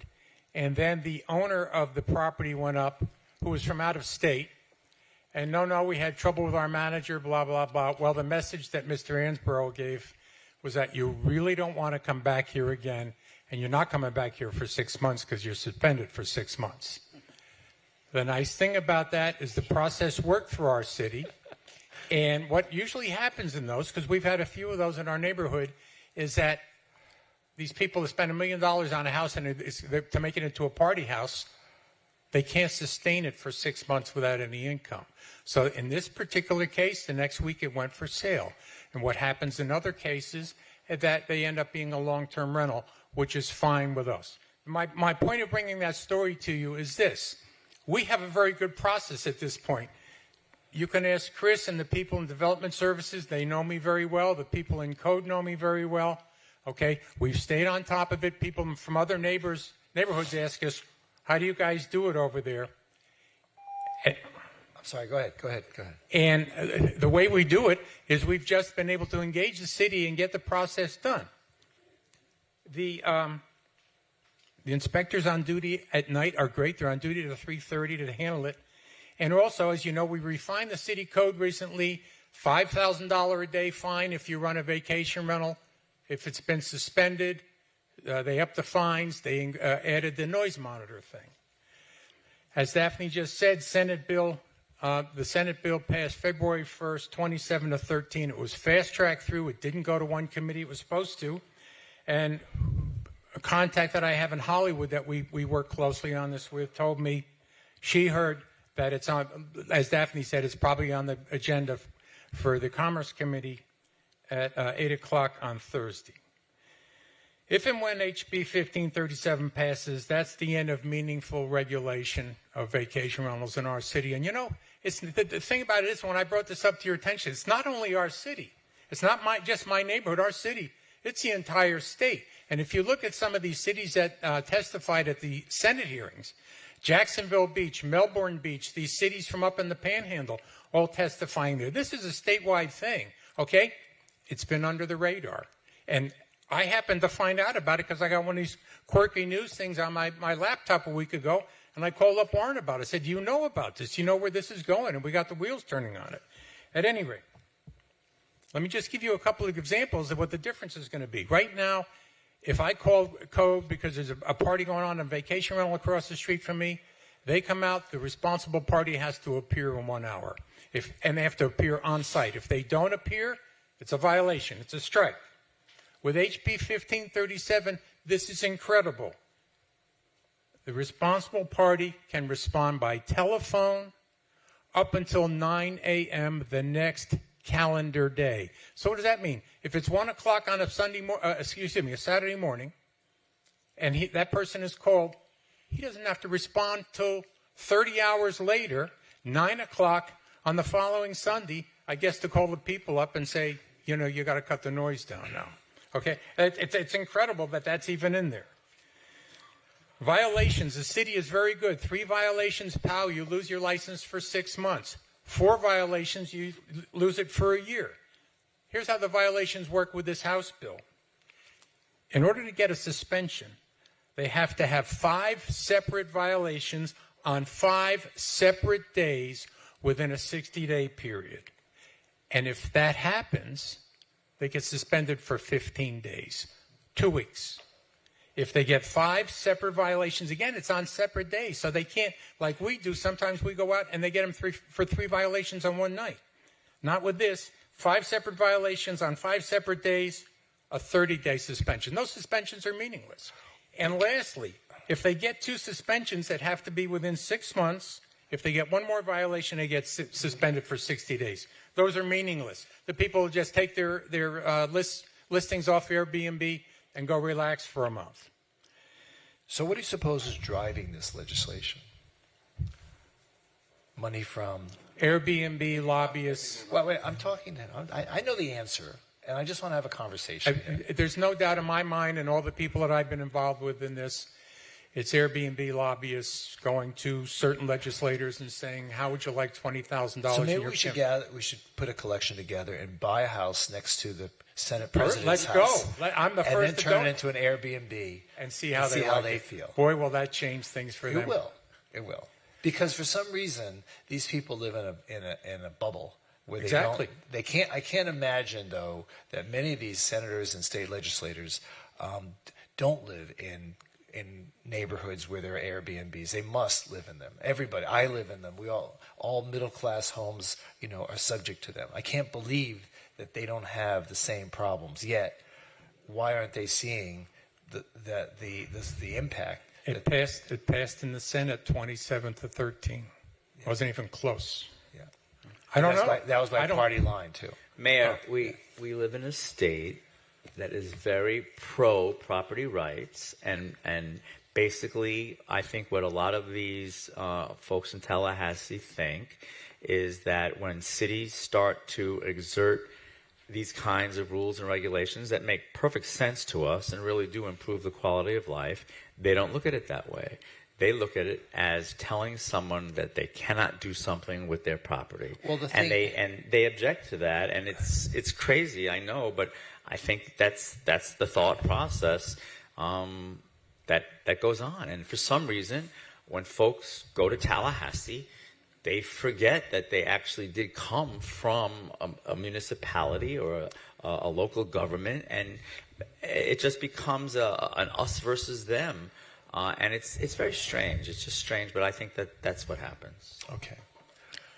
Well, and the counter to that never seems to come up is I think the state constitution says we're entitled to quiet enjoyment of our homes, but that's gone right over their heads. Well, that is a standard common law concept. It's also been statutorily embodied in our code of statutes in Florida that you are entitled to the quiet enjoyment of your property. Okay, and so that competes with Yes. what the commissioner just said. Yes. Right. So obviously, your right to do what you want with your own property apparently supersedes anything else, at least in this context. Yes. In other contexts, it doesn't. So I think Daphne has indicated that this bill will probably not pass, at least not in its current form. And I'll be honest with you, we have seen worse pieces of legislation in previous years where they wanted to completely eviscerate what few rules we do have. So at least we're moving away from that. But to your point, it doesn't really help the situation. It's just a slap on the hand. In our estimation, it seems to be different this year. When they skip a committee in the Senate, and they skip the Ways and Means Committee, which is normally the committee we depend on in the House, okay? They skip it. I don't know how all that works. I'm just a lowly taxpayer, pretty much at the bottom of the totem pole here. Let me just mention one other thing, if I may. If you could wrap it up, yeah. The bill also says the local government may pass regulations that are less restrictive than this bill. This is so unrestrictive, so that would be a blank piece of paper, okay? I just want to say we have gotten the troops out to do emails. I hope that they work people telling the horror stories. Marilyn Mamano did yeoman's work, got the CFL-CIA. CFL-CA. Are you telling us The something? CIA. You're telling us something we should know? I was watching a movie. Undercover. And got that out, and hopefully the associations like ours will send some emails into those people. But the other thing is, this has been under the radar. This was only mentioned in the Sun Sentinel back in December, and then there was an opinion piece yesterday, if you read the paper in there, that was very good about this. Our feeling is it's incumbent upon our elected officials maybe to get on the horn with some of these guys tomorrow. It doesn't hurt a couple of phone calls to guys up there on this Commerce Committee to let them know. I just want to finish. I want to read you one sentence from the City Code. It's from Chapter 15. That's the vacation rental code. It's the very first sentence in there. The City Commission finds that certain transitory uses of residential property tend to affect the residential character of the community and are injurious to the health of the community. We'd ask that maybe you can make a couple phone calls and get that off to the people up in Tallahassee. Thank you. Thank you, Jeff. Anyone else wish to speak on this item? I mean, from us or community? Mayor, the only thing I would like to do is just say thanks to Daphne. I read your comments to Mary Pelican. I thought that your guidance, your advice was superb. So just thanks again. I know I've shared that with some other folks that want to write. So your comments about how to best address the legislature, the personal anecdotes, not to use that form letter, your comment about annoying them, I think was spot on. So I just want to thank you. I think that was a really well done piece, and I think it helped educate people about how best to address the legislature. So I appreciate that. And I want to thank everybody, Daphne, yourself, your staff, Jeff, your neighborhood, everybody who attended our emergency town hall, and I'm just going to echo once again, of all the things up there, Mr. Mayor, I think this is one thing that's going to dramatically affect our quality of life. And whatever we could do to support our community, we've got to take out all the stops and do whatever we can. Okay. All right. Thank you, Daphne. You have any closing comments? Does anybody want to go to Tallahassee with me tomorrow? Well, let me ask you, Daphne. We have lobbyists there. So do you lobby also for our city? Yes, I am. So why registered. do we have lobbyists? So the lobbyists get us in the doors. They schedule our meetings. They have the better relationships that I can't maintain while being here in Fort Lauderdale. So like they get us in the governor's office. They get us with our state agencies, and they also lobby as our hired guns for those appropriations that we need in order to see those members day in and day out during legislative session. Okay. They're essential. Yeah. Okay. Thank you. Thank you. All right, moving on to business 5. This is a discussion regarding advisory boards and committees. Who's going to lead this discussion? Okay. Hi. I'll go ahead and kick it off. So there was a request to discuss a couple of items regarding advisory board and committees from the January 9th, 2024 meeting. And from that meeting, we put together a few topics to compile for discussion. And this was at the request of Commissioner Glassman. So I guess this is just sort of an introductory, the 4 topics from the CAM and feedback from the commission so that myself and the city attorney's office. A few people have signed up to speak. Maybe we can begin with them, and then we can take up the discussion after that. Mr. Brown, followed by Jacqueline Scott, followed by Vanessa, followed by Melinda.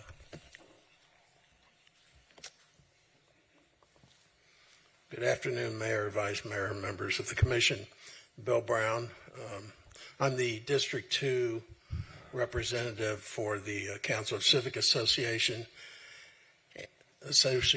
and Mary Peliquin, who is the president, could not be here today. So she asked that I read a letter on her behalf to the Commission.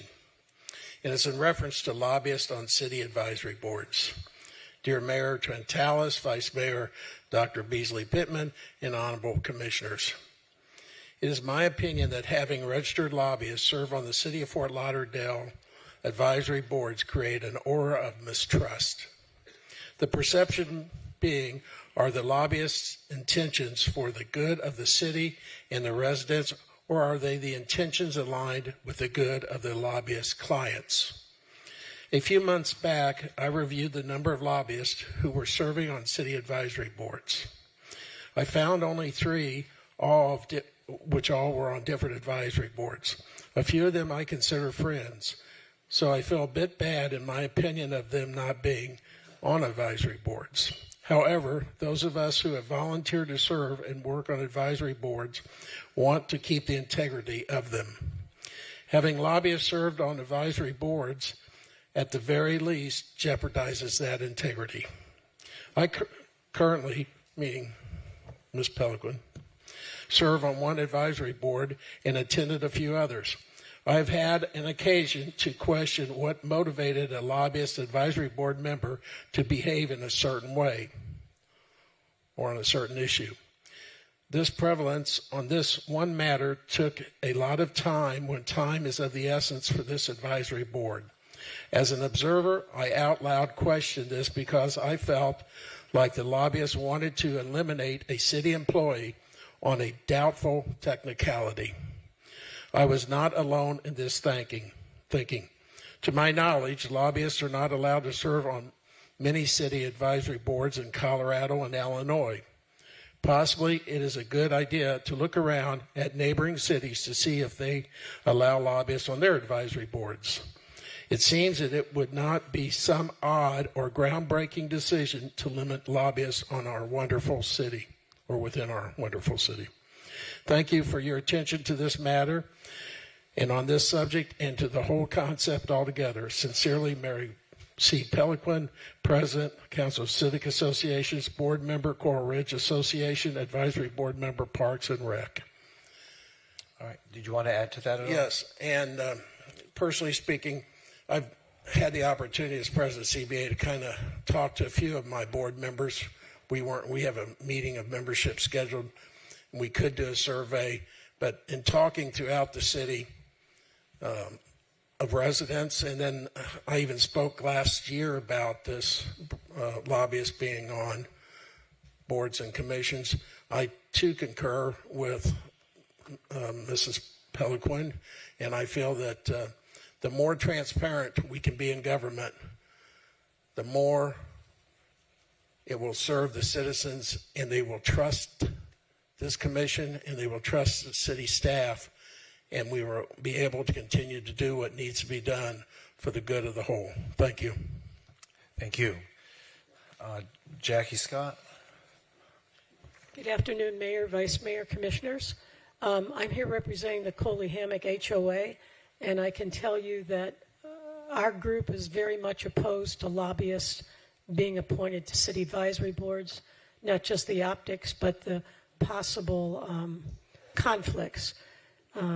As things come up on a board, you can't be loyal to two different parties at the same time that have different views.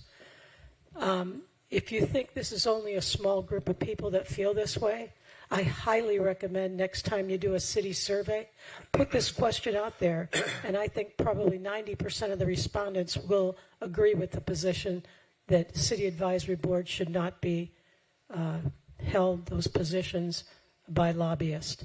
You know, since we're talking about this, I'm going to add one more thing. You know, when you go to Broward County and you're a lobbyist or an HOA member or anyone, before you ever get to see your commissioner, you have to sign something. You have to sign the computer out front. And that computer, then everybody has access to it. It's a city. I can't believe that we don't do the same. That's a little bit of a separate subject, but I just wanted to also bring that up. Thank you very much. Thank you. Vanessa, followed by Melinda. Hi, Vanessa Apotheker, President of Tarpon River Civic and District 4 Rep for CFLCA. I'm going to speak on behalf of a couple people. Kitty McGowan, the President of Edgewood, wrote this letter, Mr. Mayor, Vice Mayor, Commissioners, and City Manager. My name is Kitty McGowan, former Marine Advisory Board member and candidate for District 4. I was also recently voted president of the Edgewood Civic Association. I appreciate the opportunity to weigh in on the subject of having paid lobbyists given the ability to sit on city advisory boards and committees. Regardless of whether it is a board, committee, or quasi-judicial board, appointees serve in a position with the responsibility for providing advice and recommendations to the city commissioner on a particular subject matter or issue. These appointees are often subject matter experts who can review issues and provide outside consideration and perspective on oftentimes complicated matters. The definition of a lobbyist is a person who takes part in an organized attempt to influence legislators. While there are often instances where these lobbyists are important in their ability to educate, my personal opinion, letting the fox guard the henhouse by appointing paid influencers to provide counsel to our elected officials is absolutely contrary to the rule of law and should not be permitted. There is no wonder why citizens have little to no faith in government. Thank you for your consideration. Respectfully, Kitty McGowan. My next letter is from Nancy Long, River Oaks Association Ambassador, past president, advisor, board of directors, manager. Please note this letter as noted that the communities in respect to our voted in mayor and commissioners that represent our community have our best interest when considering the best for our community. It appears that lobbyists may tend to communicate the views of special interest groups regarding contributors to a cause or a special interest and feel it may sway to influence how our communities feel, and ask that you take into consideration that it is to all our best interest that the communities oppose to the city allowing or appointing to an advisory board. Respectfully submitted, Nancy Long. I am going to read a list of Civic Association leaders who agree with the following statement. Any person who is a registered lobbyist in the city of Fort Lauderdale should not be eligible to serve on a board in Fort Lauderdale. We have Joe Felmuth and Leslie Jones, the president and vice president of Beverly Heights. John Wilkinson, the president of Breakwater Surf. Adina Victor, Chula Vista president. Rhonda Kramer, Crescent Park director. Annette Ross, Harbor Beach president. Joanne Robinson, Harbor Inlet president. Rio Vista, we have, let me hold please. River Oaks, Nancy, that I just read. Riverside Park, Estelle Brennan, president. Shady Banks, Peter Chaffetti, director. Tarpon River, myself as president, and Bruce E. Cummings, a director on our Civic Association board. Michael Albetta, Lake Ridge Civic. Lynn Winters, Beverly Heights. Marianne Edwards, Beverly Heights. Brandon Cox, Beverly Heights. Harbordale Civic Secretary Diana Zayas Bazan.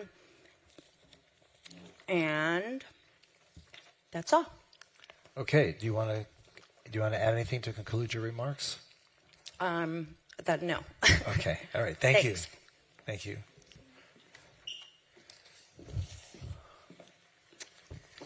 Hello, Mayor and Commissioners. Melinda Bowker again, President of the Downtown Fort Lauderdale Civic Association. I'm speaking on behalf primarily of myself, although several of my board members also share my feeling about the fact that a city-registered lobbyist on the City Advisory Board is a conflict of interest. In reviewing the city site for lobbyists provided by the City Clerk's Office, I'm using the City Clerk's definition of lobbyist. It's very specific. It's from the Broward County Code of Ordinances, Section 1-19, Code of Ethics for Elected Officials. I know this is a little bit pedantic, but it's come up that in some meeting that perhaps anyone could be a lobbyist, and I disagree. So does the city and county law. The lobbyist that must be registered with the city is a person who is retained with or without compensation for the purpose of lobbying, or a person who is employed by another person or entity on a full-time or part-time basis, principally to lobby on behalf of that other person or entity. It does not include elected official like yourselves or employees of the city. It doesn't include an individual who communicates on his or her own behalf or on behalf of a person or entity unless the individual is principally employed by that person or entity to lobby. It does not include an employee, officer, or board member of a HOA, a condo association, or a neighborhood association, and it does not include employee, officer, or board member of a nonprofit public interest entity, such as many of our community partners who are nonprofits. Just briefly, I looked over the name of registered lobbyists. Many of them are people I admire, that I have worked with, but having said that, the reason they are registered is to provide transparency of where their allegiance lies. Given the distraction and the optics that a lobbyist member on a city advisory board gives way to, I encourage the commission to exclude lobbyists registered with the city from serving in this important capacity. Advisory board service should ideally project the image of unfettered objectivity. Thank you. Thank you. Is there anyone else who wishes to speak on this item? Anyone from the commission would like to speak? Yes, Mayor. Thank you. I actually did request this over a series of months. Thank you to the city clerk for bringing it forward as a conference agenda. If you look at the CAM, page 1 of 1, there's actually 4 categories here, 4 bullets that were compiled of things that have been said over the last, well, at least year. Lobbyists serving on advisory boards and committees, and I think we should have that discussion now that we've heard from the public, but then also quasi-judicial board members serving on committee and task forces, code of conduct for advisory boards and committee members. I know that Business 6 is code of conduct for the mayor and city commissioners, but I think we should have that discussion regarding also advisory boards and committees. And then also the last bullet is ability for a commission member to remove. Actually, I'm going to change that language. It should say his or her appointed, not their appointed advisory board committee member. So I would like to actually discuss this, see how the commission feels, see what direction we're going to head in, as we're going to do also with Business 6. But when I look at the county's ordinances, they also have language about lobbyists. I know that many times we look at what does the county say, and I hear that at different meetings. But they also say that you should not be, while you're serving on a county board or 2 years after, lobbying anyone that might be providing services in the county or that board. So they have language about that. If you look at language in many of the other cities, and I think that some of that was provided for us in backup, and I thank the city attorney for that memo. Originally, he sent it to me on February 14th, and I did ask him to share it with everyone on this dais, because I will read from his memo, and then I'll look at some of the cities that have passed ordinances about this very issue. The city attorney tells us, first, as to the issue of whether the city can limit or prohibit lobbyists from serving on boards and committees, the answer is yes. It is a valid concern of the city that the city commission appoint only those persons whose personal and private interests are not likely to conflict with that of the general public. Again, these are the words of our city attorney. Lobbyists whose interests are inherently going to be aligned with third-party private interests may have an apparent or actual ongoing conflict of interest with that of the city and the general public. It is for this reason that other cities have crafted legislation limiting who can serve on their boards and committees. And then he goes on. I'll get into some of his other issues that are in this, but I want to take each bullet item of the 4 bullet items in order. And then if you look at the cities that our city attorney provided us, for instance, City of South Miami, a strong language on prohibition on appointment of lobbyists to boards and committees. Again, I'm not going to quote all that because it is in the backup and all of you have a chance to read that. But it is very well defined, and it really does just flesh out what the city attorney told us in his memo. It just goes into greater depth on why it's not such a good idea. And that was the City of South Miami. The City of West Park, same thing. Again, no lobbyist may serve on an advisory board of the city.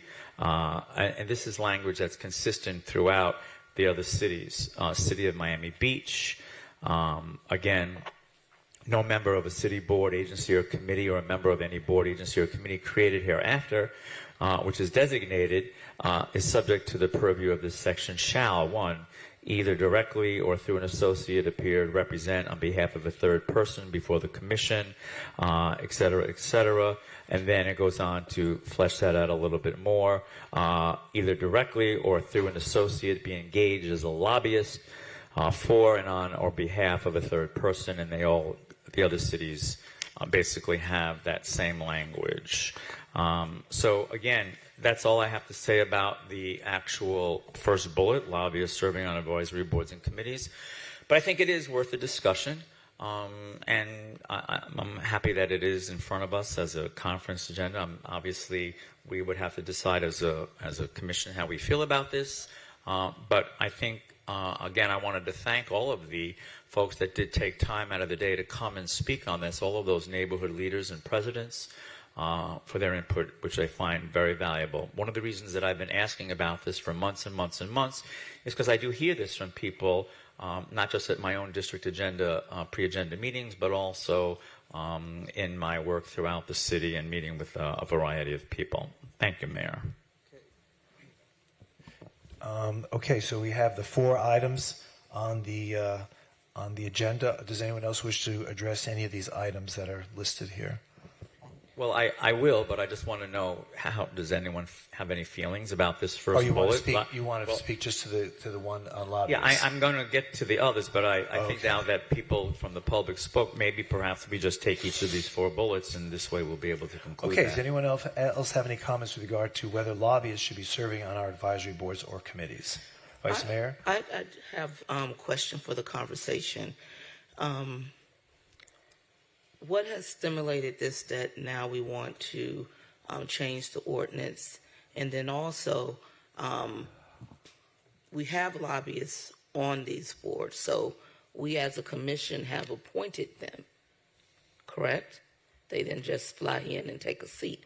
We appointed them. So my question is, what has significantly changed today that we are looking at this in a different manner? If someone can answer that. Well, I think the point is that while they have been appointed, this has been a discussion that's been going on actually for several years, in which the question of eligibility on an advisory board or committee is being addressed today. And while they may live here, or they may work here, or have property here, which might otherwise qualify them to be on an advisory board or committee, the question is, should a lobbyist who may have personal interest or be representing somebody who has a pecuniary interest in the outcome of some of the decisions on these boards, should they be allowed to qualify on one of these boards or committees, given the fact that the purpose of them is to look out for the best interest of the community, not so much their own best interest or that of an entity that they represent. And so the question is coming up once again. This is not the first time it's come up.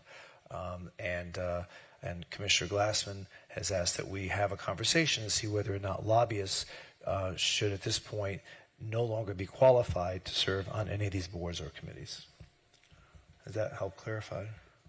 Have we had an example of that being an issue with us? Is it just an overall statement that we're trying to avoid, or is it a problem that we are facing today? Well, apparently from what I've heard from the people who spoke, it has been a problem, and there have been incidents which, you said there are 3 lobbyists that serve on our committees right now. There are 3 individuals. Bill had said there are 3. So again, we don't know sometimes why people vote or speak at these certain certain committee meetings, because we don't know what interest they're representing.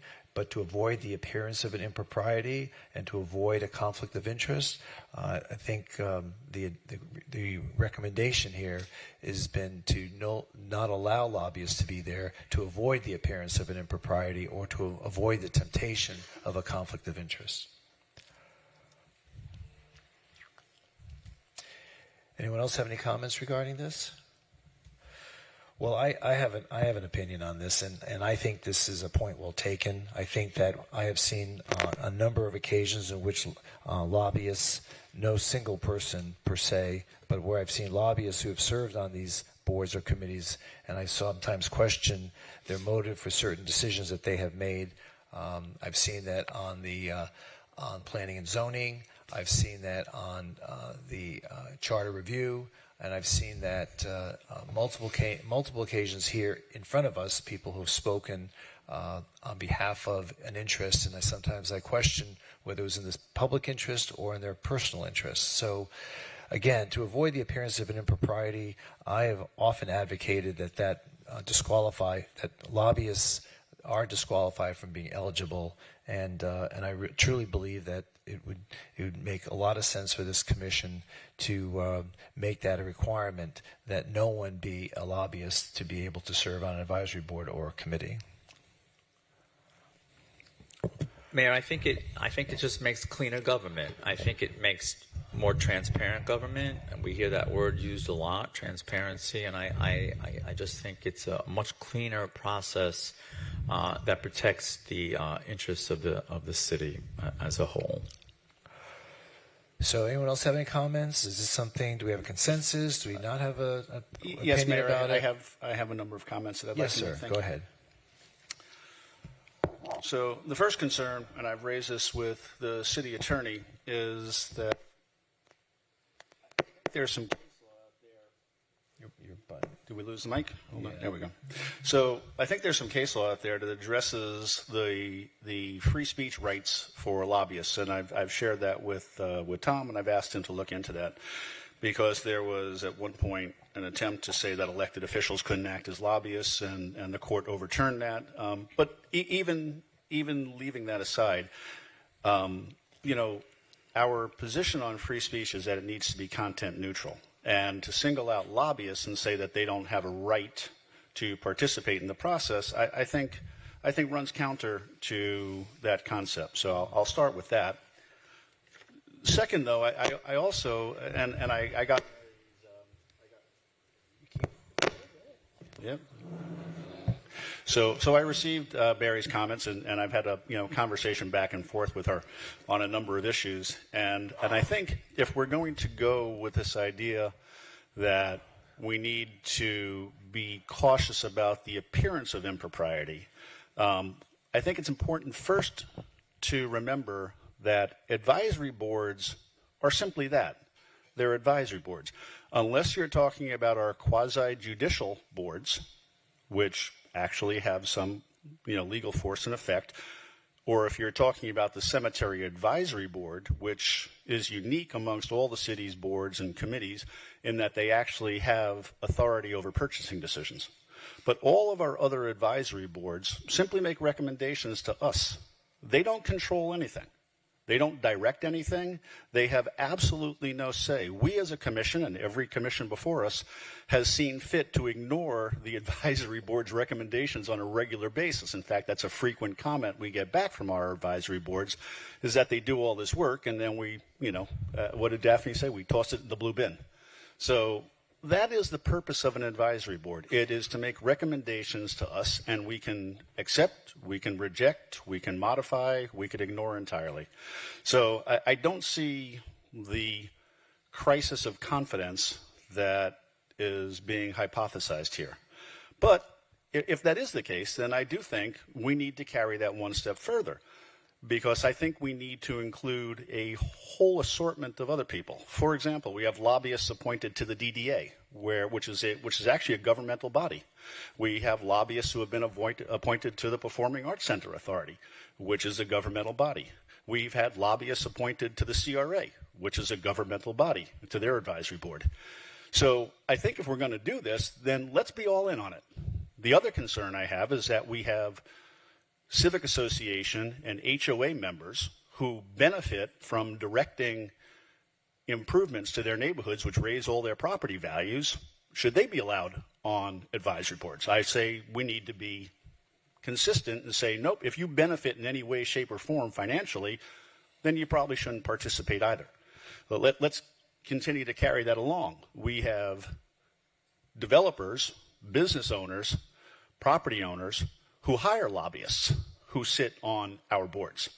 I don't want to single anybody out in particular, but there are a number of people who hire lobbyists to represent them before the city on a regular basis. And those same individuals sit on our boards. So should we prohibit somebody who has a lobbyist acting on their behalf? I mean, we can really keep carrying this along. Well, I think what you say has merit. The only thing is the DDA, they're not an advisory board. They're their own self-governing body. Right, but we appoint people to it. So we make those appointments. So should we be appointing a lobbyist to the DDA? It's a question. Again, should we appoint lobbyists to the CRA, I think it's a different dynamic, to the PACA board? But I think it comes back to that central issue that's been raised about whose benefit are they advocating for? So it's a holistic question, and I'm not looking for an answer. I don't want to argue these point by point. I'm saying this is a much larger question, where I think there are a number of people that, again, like I said, have sit on a number of boards that make recommendations. Beach Advisory Board. We have business owners who are making recommendations about spending tens of millions of dollars, hundreds of millions of dollars at the beach. That is going to benefit their businesses because they're located in that area. Is that a conflict of interest? That board sunset about 3 years ago. Pardon me, Commissioner. I'm not asking for any commentary from you. I'm using this as a hypothetical example. So we have people that sit on boards that make recommendations on spending decisions that benefit their businesses and their properties. I think that's a conflict of interest. So if we're going to start down this path, then I say let's be consistent and be all in and not just single out one. Because candidly, if I have a lobbyist sitting on the community appearance board that makes a recommendation for a WOW award for somebody's landscaping, I'm not too worried about that. Well, I think what you're saying has a lot of merit across the board, and I think it behooves us to consider all of those recommendations. And I think that in order to avoid the appearance of an impropriety and to assure objectivity on advisory boards, certainly quasi-judicial boards, I think there's a tremendous merit there. I've always been concerned about planning and zoning. There are always people there who are citizens of our community, but also have, other interests that they may be interested in protecting or advancing. So let us continue this conversation. I think it has a lot of merit. Where would we go from here, Mr. City Manager? Well, there's four. Maybe I'm the fifth if you want me to weigh in also. Yeah, go ahead, please. Okay. There's a lot of merit to what was said on both sides. I'm going to echo a lot of the sentiment that Commission 1, Mr. Herbst had said. There's, first of all, there is a difference between a quasi-judicial and a non-quasi-judicial board. Number two, we do make the ultimate decision with a few exceptions. Like the cemetery board is the one that's independent of us, so we do have the final say there. The question is, where do you draw the line? Is it lobbyists? It could be family members, business associates. And the other thing, and the big concern is that you could be taking city resources and using it for personal or political gain. And I brought this up once before. If you're going to do that, you should also include people who are involved in a campaign. Somebody that's officially with a campaign worker, somebody who's getting money from a campaign. They're sitting on an advisory and might be directing decisions for or against a particular candidate. So when you start opening this Pandora's box, there's a lot of other things that could widen this to, you have to take that into consideration too. So that's my 2 cents worth. Well, I think that has merit too. Let's try to clean house. Let's try to assure that our advisory board and committee system is done in such a way that people have faith. And maybe we won't be so prone to ignoring our advisory board decisions, and we would say, well, there's real merit to what you're saying, and it's not being advanced by any special interests, and perhaps we should truly consider a very, very aggressive approach to making sure that people who sit on these committees are objective and have a background in the area in which they are advising us.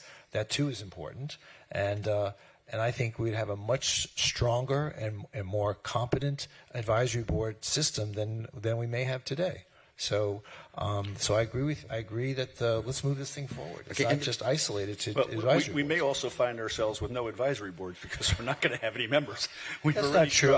We've already struggled with a number of our boards and making sure they're fully staffed. Oh, please. I have like 50 people who've applied for 5 positions on advisory boards. There are plenty of people out there. We have a tremendously talented community here. I've never had a problem filling boards. So I think that's not a concern.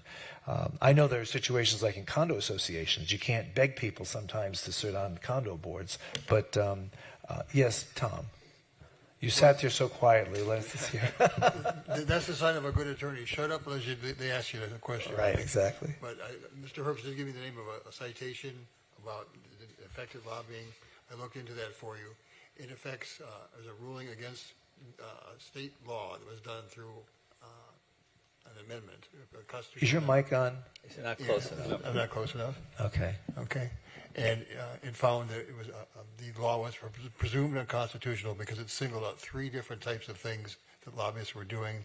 The court found out there was no rational basis to do that. Wasn't narrowly tailored. So it didn't hit the situation we have here. But I appreciate you sent me to look at that. Right. But it's not applicable in this case. No, and thank you, Tom. And I was using that as sort of framing it philosophically. So, the courts has found basically that restrictions on commercial speech is protected by the First Amendment. Citizens United, right? So commercial speech is protected by the First Amendment. So this is effectively saying that because you are engaged in a for-pay business of providing advice to people, that you are not entitled to the same free speech. And so I think that's problematic for me. When we say, for example, that somebody who works for a not-for-profit can sit on a board, even though they come and parade before here every budget season begging for money. It's the typical, handout. We go through this, every city does. And yet to say that that is somehow morally superior to somebody who is engaged in the business of lobbying and should not then have that same right to serve on an advisory board, to me, I think, again, is not being content neutral. So if we're going to do it, then I think we need to be all in. And anybody who has a potential to benefit financially from any of the decisions that are made by the city commission shouldn't participate. And that's, again, HOA, civic association members who lobby us to spend millions of dollars to beautify their neighborhoods, which enhances the value of their home, shouldn't be allowed to participate. Anybody who has a business interest who hires a lobbyist to lobby the city on their behalf should not be allowed to participate. Again, I'm about being philosophically consistent in people that benefit from the process not having the ability then to sit on the boards that influence the process. It should be one or the other. And otherwise, like I said, I find we're being inconsistent and we're having disparate treatment for different groups of people based on, the source. Thank you. There's another piece here that was brought up. We just glossed over it, and I just want to touch upon that, going back to one of the four. I think there's 3 or 4 pieces of this item here. And it does relate to the first one. We forget that when we appoint somebody, it's not an appointment, it's a nomination. And we as a body now have to ratify it. And we've always just did rubber stamped and scrutinized. But even if we don't necessarily have a rule prohibiting one or another, if somebody we feel as a body has an inherent conflict of interest, by a simple majority, we don't have to necessarily appoint them if it's something that is an inherent conflict of interest that we all feel. And number 2, going back to the other side of that coin, there was a question about removing somebody that we nominated. And again, it's not somebody we appointed. We forget that it's a nomination process. We vote them in as a body to every one of these advisories. And I think the way it's written, correct me if I'm mistaken, Tom, to remove somebody from advisory is the same process to bring them in. We put a motion forward to remove them, and we as a body, the body that put them on, is the only one that can remove them. We don't remove individuals on our own. Is that correct? That's correct. And I think that's a process that has served us well, and I think that's something that we should continue to do. Well, Tom, if I may ask you, all of these cities that have these prohibitions against lobbyists serving on boards and committees, and with language as strong as, quote, no lobbyist may serve on an advisory board of the city. I mean, that's throughout these other cities. Have these been challenged constitutionally? Have there been issues that you are aware of? Because I don't see this as an infringement on a lobbyist's free speech. We're not saying that you can't speak. We're just saying you cannot serve on a city advisory board. They have not been litigated. They have not been challenged. So no challenges. Yeah, okay. When you're at Miami Beach, you'd expect a challenge would be invited. Right. It's but, not so happening. none of these have been challenged, and that's how these cities have been operating. Now, I would imagine that I've heard good points today from Commissioner Herbst, and I understand all of those concerns. I think that, obviously, I don't think anyone expected a decision today or a policy, but I do think it's worth the discussion. I think that we can actually parse out the difference between a Performing Arts Center Authority board and a Planning and Zoning board. I think we can parse out the difference between a Downtown Development Authority and a Charter Revision Board. I think we can figure this out if we so choose. If we don't so choose, well, then we just don't choose. But I do see differences among these boards, and I think that we can navigate through that. I do not see any comparison to what I've been hearing now about neighborhood association leaders and presidents and working on behalf of their neighborhoods. I don't find anything valid about that argument. I think that those folks they're not representing whether they're paid or not paid, like a lobbyist can be paid or not paid. But if you're representing a third-party interest, you're a lobbyist. And I think that basically these people are volunteers that are coming up through a neighborhood and trying to do what's best for the quality of life in their neighborhood. I don't see that as a comparison to a registered lobbyist in the city of Fort Lauderdale. But again, it's worth a conversation. I don't see that. All right, well, that's not. All right, so everyone's just like John said. He's not looking for an answer or a response. No. It's just. But I would say, Mayor, just so I'm clear, and if you're trying to get to a consensus on this particular item, I don't support it. You don't support it at all? No, I don't. I was bringing up all these issues as a way of highlighting the fact that I don't think this is necessary, because I think our system works just fine the way it is. Again, these are advisory boards. I think this is unnecessary. So I was highlighting all these other examples as a way of trying to point out the fact that I don't think this is necessary, because if we're going to do it, it goes down so many pathways and it impacts so many other people. And candidly, I think everybody is entitled to have a voice in it. So I'm not objecting to HOA or civic association folks. I'm not objecting to developers who hire lobbyists who also sit on boards. What I'm simply suggesting is that I don't think we need to touch it. I don't think it's broken. Okay. Vice Mayor, do you have any thoughts on this? A question about the ability for commission members to remove their appointed or his or her appointed advisory board committee member. I'm uncomfortable with that, because I believe that when we open the opportunity to our neighbors to come and share their voices, to give input, to share just how they're feeling about an issue. And if it doesn't necessarily align with my personal agreement, I don't think I should be in a seat where I say, okay, we no longer agree, now I'm going to remove you from a position because it may not necessarily, your views may now not necessarily agree with mine. I think that's a wide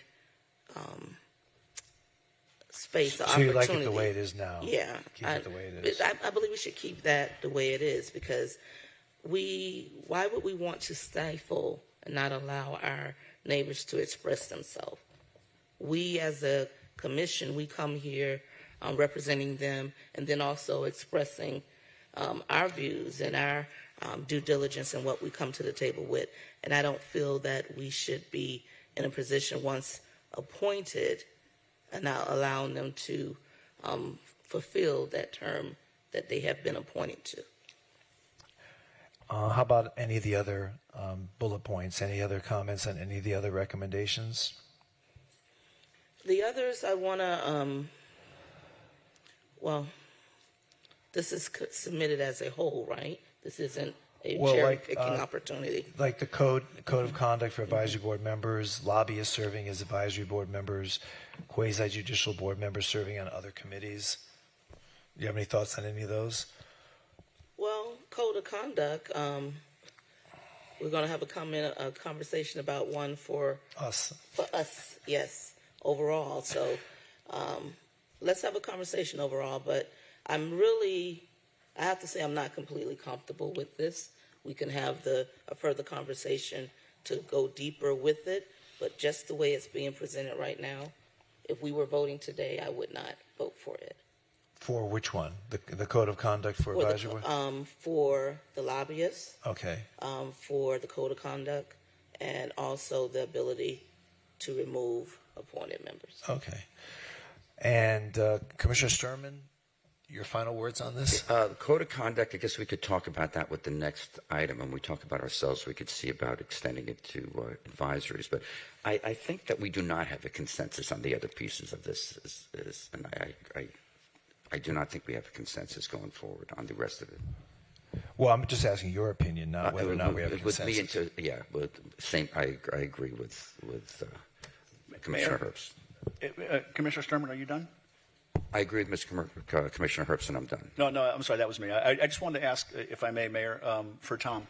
You know, talk to us a little bit, if you would, about the difference between boards and committees, because I think that's a distinction that gets lost for people. So, could you talk about that a little bit? And John, if we could talk about quasi-judicial also, if just one more. Is that okay? Right. That's the biggest distinction. You're pointing out advisory boards are merely that. They have no power to do anything other than to recommend to you to do something. You can ignore it or you can accept it. And often the people are working hard enough to sit on those boards to recommend to you. So I know you take all of the things they have to heart and you determine whether or not it's important to you as a body. But it's advisory boards, quasi-judicial. The only quasi-judicial board I can think of is the Planning and Zoning Board. Well, Historic Preservation Board. And Historic Preservation Board. Board of Adjustment? Board of Adjustment. That would qualify too, right? Yeah. Okay. So all, those three Board of Adjustment too. Those three are all quasi-judicial. So that means you have delegated to them, as all cities have done, limited power to make final rulings from which decisions go to court if people disagree. They can appeal from that position. You can appeal directly to court on those. But sometimes things do stop with them and they don't reach us unless we might call something up. So they do actually, they're a little bit more than just advisory boards. Oh, they're clearly beyond advisory. Yes. They are all clearly beyond advisory. They make decisions that you've given them power to make. Correct. And they have finality to them, most of them. But so again, yes, there is a distinction. That's the main distinction. No, he's asking between board and committees. A board is, a committee, it's typically set up for a limited period of time. A board is there because it's going to be used all the time. Isn't a committee kind of used for investigative purposes, like the Infrastructure Task Force Committee? I mean, that was meant to do investigative work for us on our behalf. It typically has a limited period of life, such as the Noise Committee, for example. Right. That's going to expire when they're done. Right. So committees sunset and boards do not. Well, typically, when you create them, you typically put a sunset in there. You wouldn't do that for a P&Z board. And what would be the difference between a committee and a task, like the Infrastructure Task Force? Same kind of thing. Again, just a different they don't have finality. They make recommendations. You have people looking to see what to do at City Hall. Their recommendations. At some point, then they'll make a decision. You'll make a decision, and their life will go away. That won't have any more value. But neither one of them has more authority. I mean, quasi-judicial. No. Quasi-judicial clearly has more authority because you've delegated them by law the authority to make the final decisions for you. Any other questions, John? So no, it's interesting because I'm just looking at the list of some of these. So we have the Affordable Housing Committee, been around a while. Beach Business Improvement District, I think, has been around for I've lost track of how many years the bid's been around. And that's kind of why I think it's important to talk about this, because I think some of our committees are acting more like advisory boards. Development Review Committee. We've always had a Development Review Committee, right? Have we ever not had a Development Review Committee? And extremely important to have it. Yeah. The Fire Rescue Bond Committee has been around since we passed the Fire Rescue Bond in, I think, 2003. Mayor, I believe you were here when that happened the first time around, right? Yeah. So a number of them. We're on 21 years. That's a heck of a only government can be 21 years and be temporary. Some are certainly not short term in the intent, but they're operating almost de facto. We're going to build 10 firehouses for $40 million. I remember it well. With no inflation, by the way. So going back then to the question of whether somebody can sit on the board or a committee at the same time. So what is our general rule about serving on more than one at the same time? I don't think you have a prohibition for anybody to do that. Well, we have a prohibition with Planning and Zoning Board members serving on. That's another bullet that I'd like to get to eventually, but we do have a prohibition about Planning and Zoning Board members sitting on other boards, but for some reason it seems to be okay with committees and task forces, and I think there should be a uniformity with that. Dwayne informs me, because I'm still new to you to some degree. It's okay. There is a resolution that says you can't serve on multiple boards, but you can on multiple committees. To John's point, right. sometimes the word committee is not so much as necessarily associated with its task. It's just a name given, but it typically connotes a shorter term. But you're pointing out some committees, like the DRC, is a long-term committee. Right. It sounds like a distinction without a difference in some of these instances. That's true. Right. That's true. I mean, I would ask the question, maybe Tom, if Dwayne wants to chime in, but what is the reason that we have in our ordinances that a Planning and Zoning Board member cannot serve on another board? What is the reason? I'm going to have to, Dwayne, you have a response on that? Is it that or just two board? You can't be on any two boards at the same time. Is it just that one board, or you just can't be on two boards?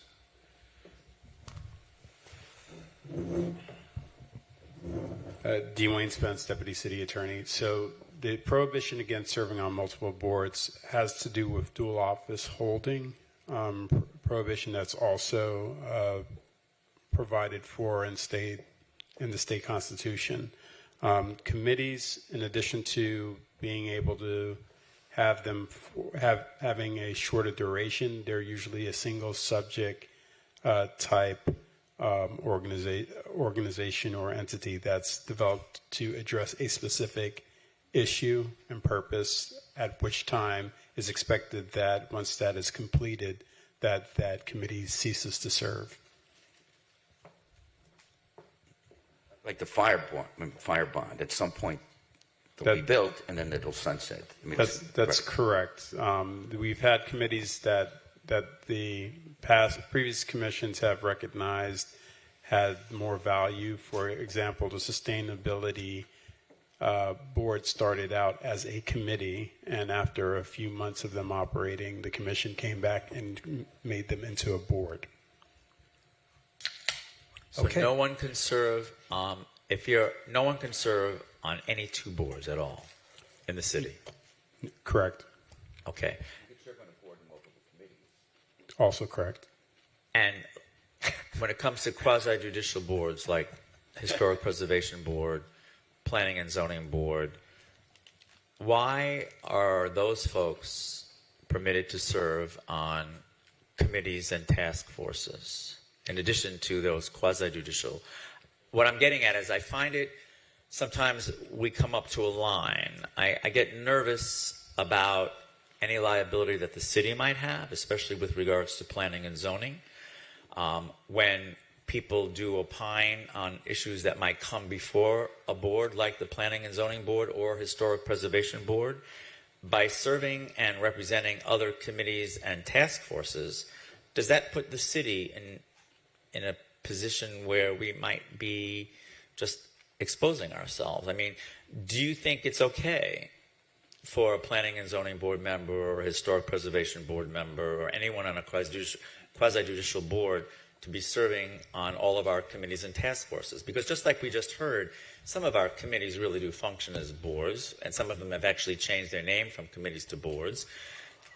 And we have a task force that's gone on and on and on for years and years and years, and now we're getting involved in either other issues like reimagining City Hall. I'm just looking ahead and saying, are you comfortable with all of this? Well, do you have a recommendation So the distinction with regards to quasi-judicial boards is that they're serving in a quasi-judicial setting, meaning that they're finders of fact and are supposed to be basing their decisions based on evidence presented at those hearings. I do have some concerns with board members who are telegraphing or even saying it in other forms that they either support or reject a particular project and then come to a hearing where they're supposed to be an impartial fact finder basing their decision based on evidence that's presented to them at the meeting and have already expressed those thoughts elsewhere. As it relates to your question, that only gets complicated if of course, the public minutes of those committees suggest that those members have spoken about a particular item that would come before that quasi-judicial board, and you have a minutes that clearly states that they have already come to a decision and it taints the hearing, at which point in time those members should recuse themselves from participating on those particular projects. Well, on the flip side, could they recuse themselves from the committee and then still participate in the quasi-judicial? I mean, do it on the flip side. Yeah. Yes. So Mayor, you did ask me if I had a recommendation. For the sake of protecting the folks on those boards, those quasi-judicial boards, and also protecting the interests of the city for possible lawsuits for any kind of decision that could be made, I just think it's much cleaner that if you're serving and thank you everyone for that service. If you're serving on a quasi-judicial board, I just think, just like we now prohibit people serving on a board from serving on another board, because of the nature, the very different nature of a quasi-judicial board, like planning and zoning or historic preservation board, I think you should not be serving on other boards, committees, or task forces. That's all. Anyone else have any thoughts on that? I want to add that Commissioner Glassman and I had a brief conversation about this. He had expressed to me a concern about would the city be liable for something that a board member said. I said, no one person is going to visit liability on a city. And again, even when they say something that's unpopular as a board member, wherever they say it, the fact that they've joined a board doesn't mean they gave up their rights to speak how they feel. Sometimes you wonder why they would say something sort of out of the ordinary when they sit on a board like a planning and zoning board or board of adjustment, but they're not really precluded. They are obligated, as I told you, to be fair and impartial. If they can't, as Dwayne pointed out, they should recuse themselves because they can't be fair and impartial, and the law requires you to recuse yourself when you can't do that. Thank you. Okay. So last thought on this. So Dwayne, going back to what you were saying before about the dual office holder. So I understand that. I'm taking some time to look into that. So as I understand it, though, the concept of office holder, as defined, is somebody who has some authority. So do our committee members that are not quasi-judicial have authority? So if you're on Affordable Housing Advisory Committee, right, do you have any authority that would then classify you as an office holder? So the prohibition here relates to our resolution that that defines or that places that restriction on boards and committees. With regards to the question of what that board has as far as final decision-making ability, it weighs into whether or not what the decision of that particular board or committee makes is the final buck, or the buck stops there. Right. That's clear with regards to our quasi-judicial boards who Sure. make those final decisions in most cases. Not so clear with committees, and you would go committee by committee to determine that, but generally they're all advisory in nature and have no final decision-making authority. That's what I was thinking, because when we're looking at what Florida Constitution and what Supreme Court has said, Florida Supreme Court has said about office holders, it involves the exercise of some sovereign authority. And I think a number of our committees are probably really more advisory boards than committees. Maybe we've got a nomenclature problem here. Well, if I may, I'd like to quote from the city's own guide for members of boards and committees. And I'm looking at page 32. And these are questions and answers for boards and committees. And the question is, are board and committee members considered public officers? And the answer is yes. According to Chapter 112, Part 3 of the Code of Ethics for Public Officers and Employees, a public officer includes, quote, any person elected or appointed to hold office in any agency, including any person serving. This includes all boards and committee members. But that's for purpose of the Sunshine Law, right? For a variety of things in Chapter 112, which is the Code of Ethics under the state law. But I don't think that has to do not with the decision. Sunshine Law. Yes, It's not the Sunshine. I mean, they are subject to the Sunshine. Right. That's Chapter 112 is the Code of Ethics other under ethics. state law. Okay, but we got to wrap this up. Okay. I just want to yes. say, I just want to say that your point is well taken. There seems to be some inconsistency with regard to how we treat boards and committees, and maybe we can clean that up at some point. And maybe the dividing line is going to be whether or not there are final decisions made. We already know that quasi-judicial groups like Board of Adjustments or Planning and Zoning, those are obviously, those boards are clearly final decisions. Even DRC is advisory, right? So I think this is an interesting conversation. I think we need to move on, and perhaps we can bring it up again as we see more of a need. But right now, I don't think we're going to get much more out of this conversation, but I do appreciate it being brought up, and I think we need to move on to business 6.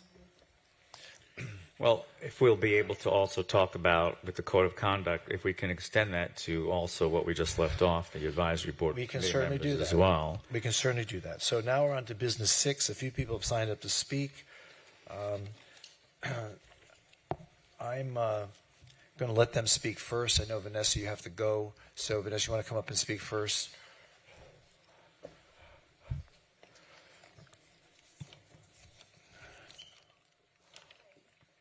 Push the button at the bottom. Hi, thank you, because I have to go get my kids. Mayor, Vice Mayor, Commissioners, I'm 100% in support of the City Commission adopting a code of conduct. I really like the City of Cape Canaveral sample that was provided. Some of the things that stand out to me are I will not undermine the city manager's lawful authority. I will avoid conflicts of interest and avoid using my official position for personal or professional gain. I will focus on solving problems and work cooperatively and conscientiously with others. I will listen actively to concerns. I will devote adequate time for preparation prior to meetings. I will encourage the open expression of opinions from citizens. And the most important thing to me, this really stood out to me. I will demonstrate dignity, respect, and courtesy towards those I am in contact with. I will refrain from inappropriate language, including statements that are malicious, threatening, disparaging, mean-spirited, vulgar, or abusive. The reason that this last statement is so personally important to me is because when I was first elected as TRCA president, I received a phone call at 11 p.m. at night after my first general meeting by my commissioner, who literally screamed at me and told me I didn't know how to do my job, asked me if it was my first time being president. If it was his meeting, he would have told one of the people in attendance at my meeting to sit down and shut up. This call was shocking, intimidating, insulting, offensive, and shook me up to the point that I considered quitting my volunteer position with the city. After speaking to veteran civic leaders, I was convinced to keep my position, and I'm thankful that I did. I'm not asking for recourse. I've just been wanting to get this off of my chest. All right, thank you. Thanks. Jacqueline Scott, followed by Melinda Bowker, excuse me.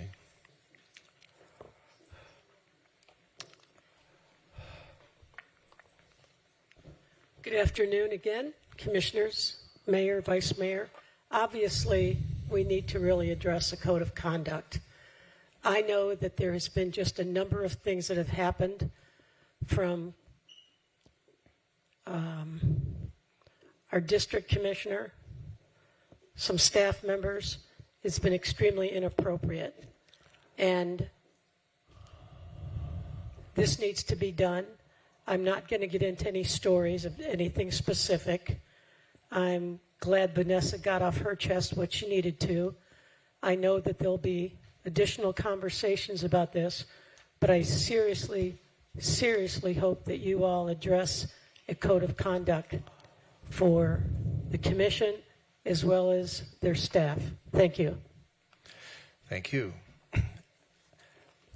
And Melinda Bowker. Yes, thanks, Mayor. Just with regards to business item 6, just speaking on behalf of myself, obviously informed by my experiences. I've now been president. I'm starting my 5th year as president of the Downtown Fort Lauderdale Civic Association. I just encourage the commission to adopt a code of conduct. I looked at I feel that there's some overarching rules from Broward County on ethics that certainly you guys fall under, even state rules, but just like in these samples where we saw, I think particularly City of Cape Canaveral was very extensive. I really think City of Fort Lauderdale needs its own code of conduct. even just small example, and I served for 8 years on my condo association board. We did find it necessary in the past couple of years to adopt a code of conduct, because when you're an elected person and you're working with constituents, it's a gray area. There's no HR policy protecting me right now in my interactions. And so I just feel that having that guide, that code of conduct for elected officials, because really there is more expected of the elected official in your position, in your paid position. And we do hold you to a higher standard. And I know it's a difficult job, but just wanted to state my support for the code of conduct. I think it will give you guys some formality, and I think it's something that in the future that we can all reference back to. Thank you. Okay, thank you. Anyone else wish to speak on this item? Anyone else on the commission would like to comment?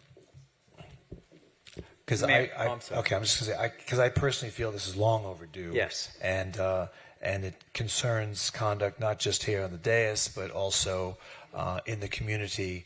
I think that, especially coming from members of this commission, how we perform and how we interact with our community is important. I think Melinda is right. We are held to a higher standard because we are public officials. It's a job we've voluntarily asked to be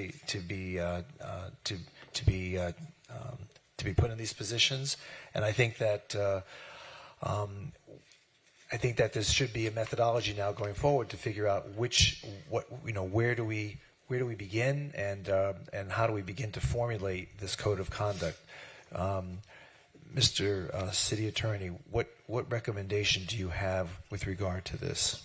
Well, I was wondering if I could ask you, each of you, because I've given you about 5 different examples of different cities. Yeah. If you would just send to me items you like in each one to be included. I would, because there's about 5, like I say, and I'll know which ones you prefer to see in this code. I will then cobble the code together and bring it back to you to look at.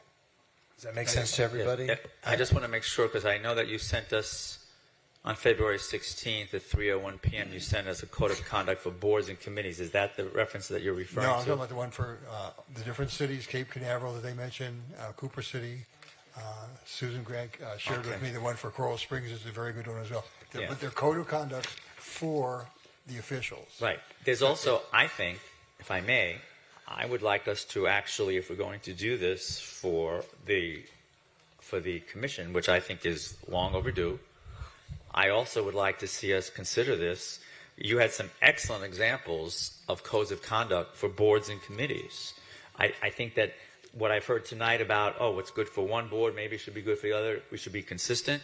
Well, I think this code of conduct should be for the city commission, for boards and committees, and even, I went through the city employee handbook. There's no code of conduct for city employees. I think we should just make it across the board. I would recommend a separate one. Well, I mean, I understand. But 2 codes of conduct, but one for them. Well, let's just focus on this one right now. Let's just focus on the commission, and maybe you can include the board members or committee members, and let's just see where that goes to see how we can, like you say, cobble together the best. Yeah. But also consider enforcement. How are we going to? That's going to be a sticky. The one thing I saw, if I may, Mr. Mayor, is that only one of them mentioned what happens if somebody violates it.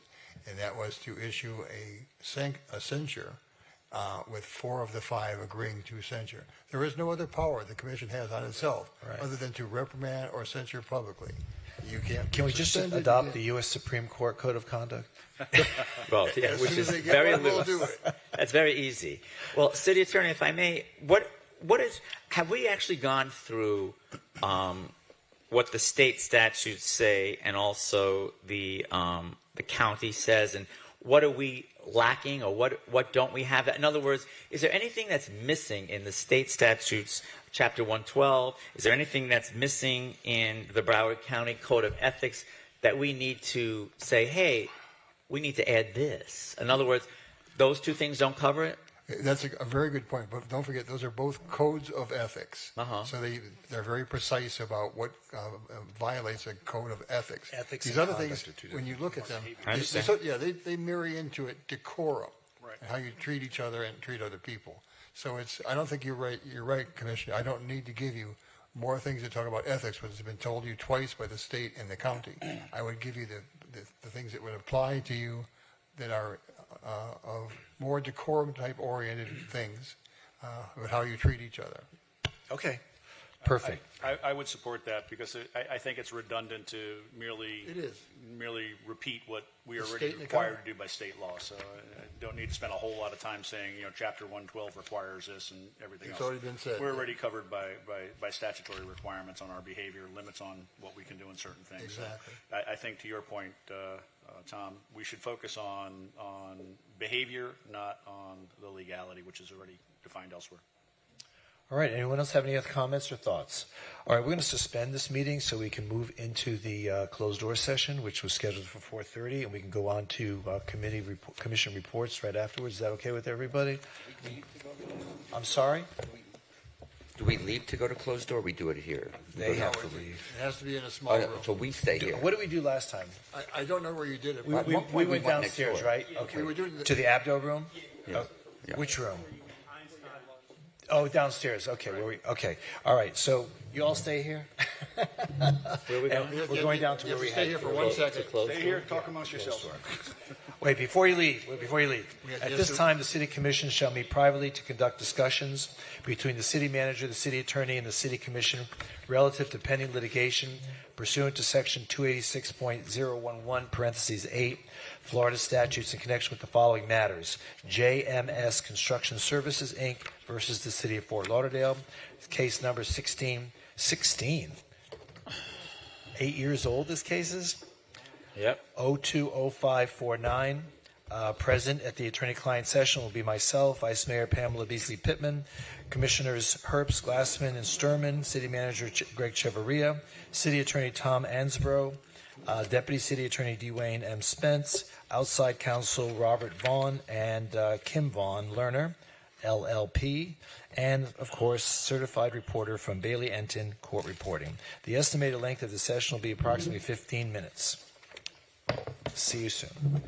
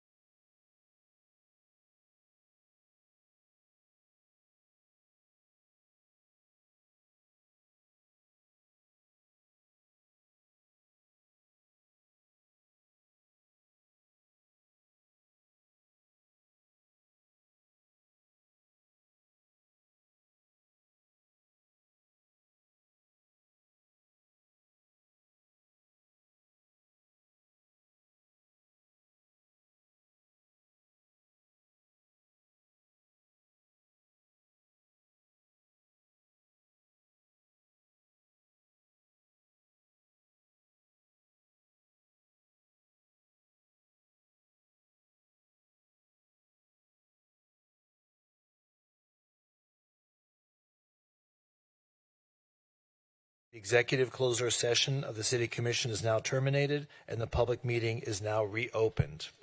With that in mind, I invite the members of the Commission to begin the conference report. So we'll begin with District 1. Commissioner Herbst, you have... Okay. Vice Mayor? Okay. What have you Conference done? report. That's Yes. it. It was definitely was not in the capacity of part-time. So, okay. Let me gather everything here. Take your time. Shall do. Reporting my meetings and events between February 7th and February 17th. Okay. Oh, no, I'm sorry, February 8th. I've got something on there that my personal, don't want to share that one. Oh, now I want to know. It was date night with my husband. It was Wednesday, February 7th. Date night. So, Okay. Oh, you know what? I'm going to share it anyway because this is a great shout out for the Gateway. Did you take your Chuck E. Cheese again? Gateway Theater. Gateway Theater. They host a jazz night, which was called Soulful Sounds of Fort Lauderdale. Uh-huh. And I was just amazed with how they transformed the theater, the room, to have this beautiful jazz session. So Really? that's what we did. Did they remove the seats? No, it was they used the stage. And now they have recliners. Right, in right, Gateway. right, So right. very comfortable, great acoustics. It was a perfect night. Okay, so now that you want to know what we did on that date now, it's on public record. You can end it right there. Spent You the can end night it at right the, there. Okay. Gateway Theater. On Thursday. Did he make an appointment with Jeanette to see her? Thursday, February the 8th, I had the pleasure of meeting with Mr. Parker and also Ms. Sharon Whitfield with the Old Dillard Museum. They're part of the Centennial Committee. We discussed how we could, as a city, assist them with the celebration for the Old Dillard Museum's 100-year anniversary. And that event is scheduled for Thursday, April 25th through Saturday, April 27th. Also on that same day, we met with members of the Sprout Mobile Food Pantry. Met with also city staff Carolyn Beam and it was Carolyn Beam and another young lady with some representatives from the South Broward Hunger Coalition. And we discussed utilizing Lincoln Park or Little Lincoln for the food distribution. But at the final decision, we ended up giving the food out at New Hope Missionary Baptist Church. And it was actually a opportunity to purchase food, fresh fruits and vegetables and grains. And the price range was from $1 to $5. Amazing. A bag of cherries with $3.50, just to put it in a price line for everyone. And we have a standing agreement that we are looking forward to right now. For the next 3 months, we will be bringing the Sprouts Mobile Food Pantry back into District 3.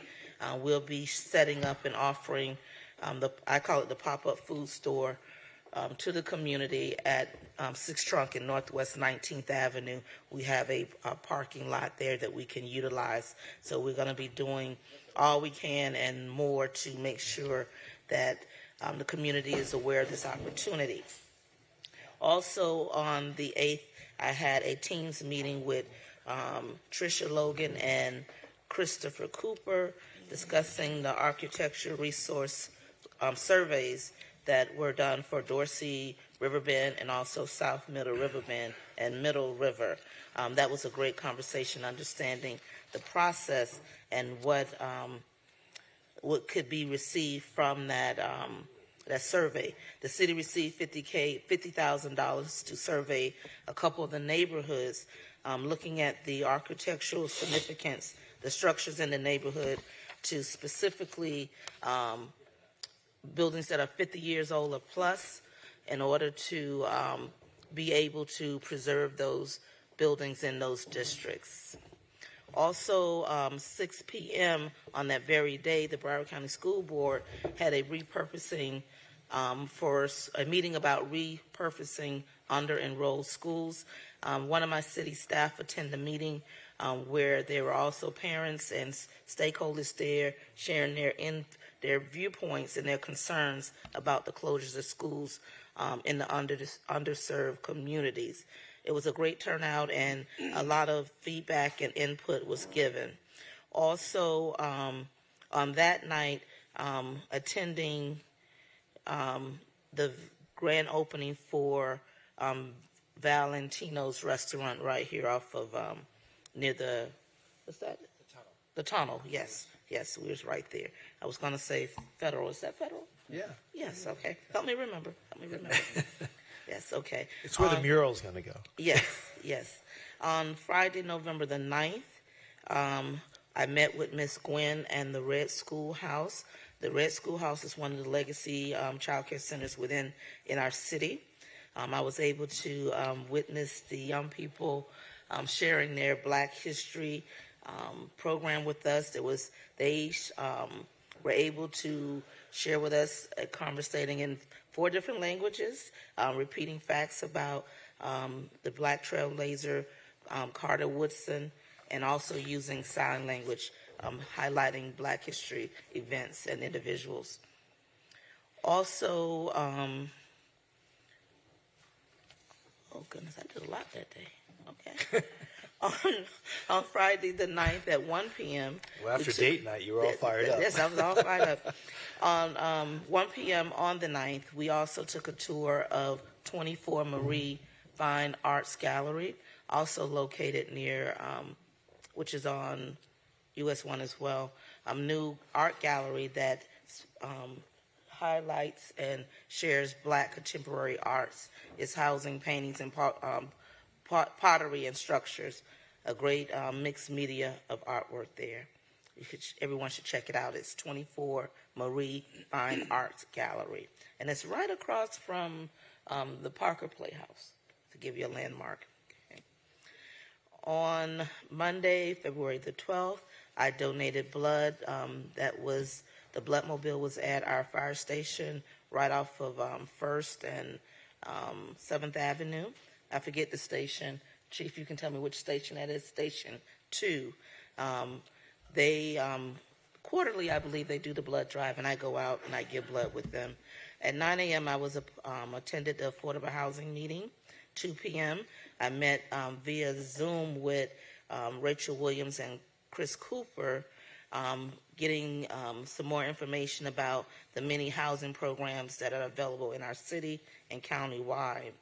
Also, we discussed the programs as far as the housing rehab program that provides housing repairs for qualified single-family homeowners, and also purchasing assistance program for first-time homeowners. At 3 p.m., I met with the city staff and also with the Sprouts Mobile, Food Mobile, to talk about the event that will be held later in the week. At 4 p.m., we went over to Broward Health Iceplex tour. It was several of us from the dais that was there. It is a beautiful facility. Looking forward to going over, watching some hockey practices, and even introducing some youth from the city and the district to the possibility of learning how to skate and participate in hockey. On Tuesday morning, February 13th, 9 a.m., with ribbon cutting at the House of Sweets. There was a mural that was painted by the graffiti artist Shay Adams on the side of the building. It's a love mural. It's beautiful. If you haven't seen it yet, make your way over. You can see it from the Tunnel Top Park. You can see it driving up Las Olas, coming from the west to the east. It's beautiful mural. Also, on the same day, 2 p.m., I did an interview with NBC6 South Florida regarding the Old Dillard Museum, highlighting the Black History Month and also the anniversary of the Old Dillard Museum. On Thursday the 15th, 3 p.m., the Sprouts Mobile Pantry was at New Hope Baptist Church at 6th Trunk and 14th Avenue. We had many individuals that came out and was able to purchase those fresh fruits and vegetables. Again, I can't say it enough. It was a beautiful opportunity. My vision, you all have been hearing me say for weeks and weeks that we should not be waiting for a brick and mortar, but if there's any way to have a pop-up mobile foods grocery come into the area, and that's what we have accomplished. So I'm really excited about it and looking forward to months ahead of having that same opportunity. Also on, the 15th, can't forget this, Neighborhood Support Night. Thank you to the staff, Neighborhood Support, who put it together. An amazing event. It always is, and each year you just blow my mind. So thank you for sponsoring and housing that event. Had a wonderful time as always. And that's even, I was participating in that years before taking this position. So I've always been a fan of Neighborhood Support Night. On Friday the 16th, I had agenda briefing with city manager and other staff to go over our agenda meeting for tonight. Also had no, not that. Okay. Another date night? Another date night. I'm a secret now. Saturday the 17th, 9 a.m., had the privilege of participating in the Reimagine City Hall workshop, workshop number 3. We were talking about amenities, and this meeting was held at Holiday Park. Again, it was great participation. Many of our neighbors came out, and a lot of great input and great conversation. 1 p.m., also we had a food distribution at New Hope Baptist Church as well. That one was done with Feeding South Florida. 2 p.m., we had the annual Kijiji Mojo event for Black History at Lincoln Park. It's regards to, it's called One Village, and it celebrates and honors Black history. And also, this was started by our neighbor, the late Mickey Hinton, and it's always done in memory of him as well. We had many youth from different city parks to come out and perform beautifully. There was dance, spoken word, there was singing, a great afternoon. Also, 5 p.m., went over to the YMCA. Our Black Police Association had an inaugural Black History event, first time. It was wonderful. Sunday, February the 18th, attended Dillard High School's JROCT Signature Military Ball, which was very impressive. I did not write down the accomplishments of this particular JROCT, but they are doing amazing things. It was just a blessing to my heart to witness them in action and hear what they have accomplished in this last year. Also, I wanted to bring up, those are all the activities, but I wanted to bring up for discussion if we could move in a certain direction. In regards to our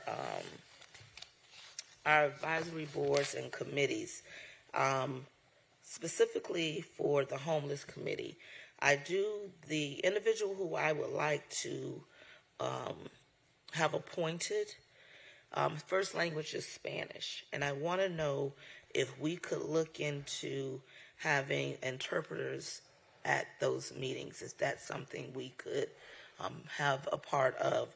He is a business owner in the community, and the area that he's represented is a large Hispanic community, and I would love to be able to appoint him and have an interpreter there to make sure that everything is understood. That's the first time that's ever been asked. but it's very interesting because as Fort Lauderdale becomes more diversified, do we even have the capability of that? Mr. Mayor, what are we you doing that night? So as the first Hispanic city manager, yeah, we can certainly accommodate that. That's just finding an interpreter, making sure they could be there at the right times and just serve as an interpreting person for that board member. Okay. I don't see any big issue with that. Do you need then also translation for minutes, though? If that individual is speaking, how does that work?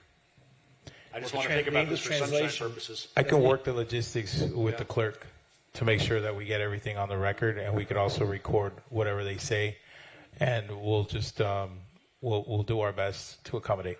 Well, wouldn't the interpreter be given the English version, so that wouldn't that go into the minutes, John? I guess so. I guess the interesting question for that is you've got somebody, to your point, Mayor, interpreting somebody else's language, but how do we know? I'm just thinking, just thinking out loud here, that's an accurate reflection of what the individual said. Interpreters are certified, and they have right. Okay. This is not the certified UN. obligation. We're not negotiating a missile treaty here. Right. Okay, so this is something we can definitely, what I'm hearing, we can look towards making that happen, yes? It's just that we'd need to know in advance that that person's going to be attending or not attending that meeting, so we don't pay for the interpreter. Yep. Okay. Right, okay. All right, so we'll move forward with... or any other language for that matter. We should anticipate that someday. Okay, all right. And one last item that I wanted to have for discussion. Regarding vendors who offer fireworks, I have a question about the ordinance right now. Those vendors are not allowed to service for the New Year's Eve event. So I'm wondering if we could have a discussion, or really I'm asking if the ordinance could be addressed to allow vendors to be able to sell fireworks for the New Year's Eve event. Yeah, I want to ask staff if they could chime in on what the purpose of that code is for, and I believe it's for safety. Chief Golan can advise. Good afternoon, Stephen Golan, Fire Chief. I think you're asking in regards to the ordinance or on our ability to offer where more stands could be open. I had a neighbor who reached out. They are currently a vendor. They sell fireworks at the other events that are allowed, but they are not allowed, I'm being told, because of ordinance to sell for the New Year's Eve event. I don't see why, so long as they're going through the proper application process, that they wouldn't be allowed to. That there are some state statutes that are in there as well. But so long as once the application process gets to fire rescue, that they meet the requirements of a water extinguisher and things of that nature, as well as a containment area for storing the fireworks and things like that. Do you have? Well, sorry, Anthony Farda. I just wanted to get clarification. Are you talking about them vending at a city event or vending on the street at a separate location? Vending at a separate location. Okay, so our code does restrict that type of activity. So it's possible that we would, I'm not sure who they spoke to. It'd be good if we could get their information. We can connect them with the right person. Okay. But that code has been very restrictive over the years for several things, sales of Christmas trees, sales of fireworks, that type of thing. Okay. All right. So we'll gather the information and you can direct us as to. Yeah, it would be Chris at DSD, but Okay. yeah, it would be a zoning over there. Would take a look at it. Okay. All right. Thank you. That's all that I have tonight. That's it? Okay, very good. Commissioner Glassman. Yeah. Thank you, Mayor. Okay.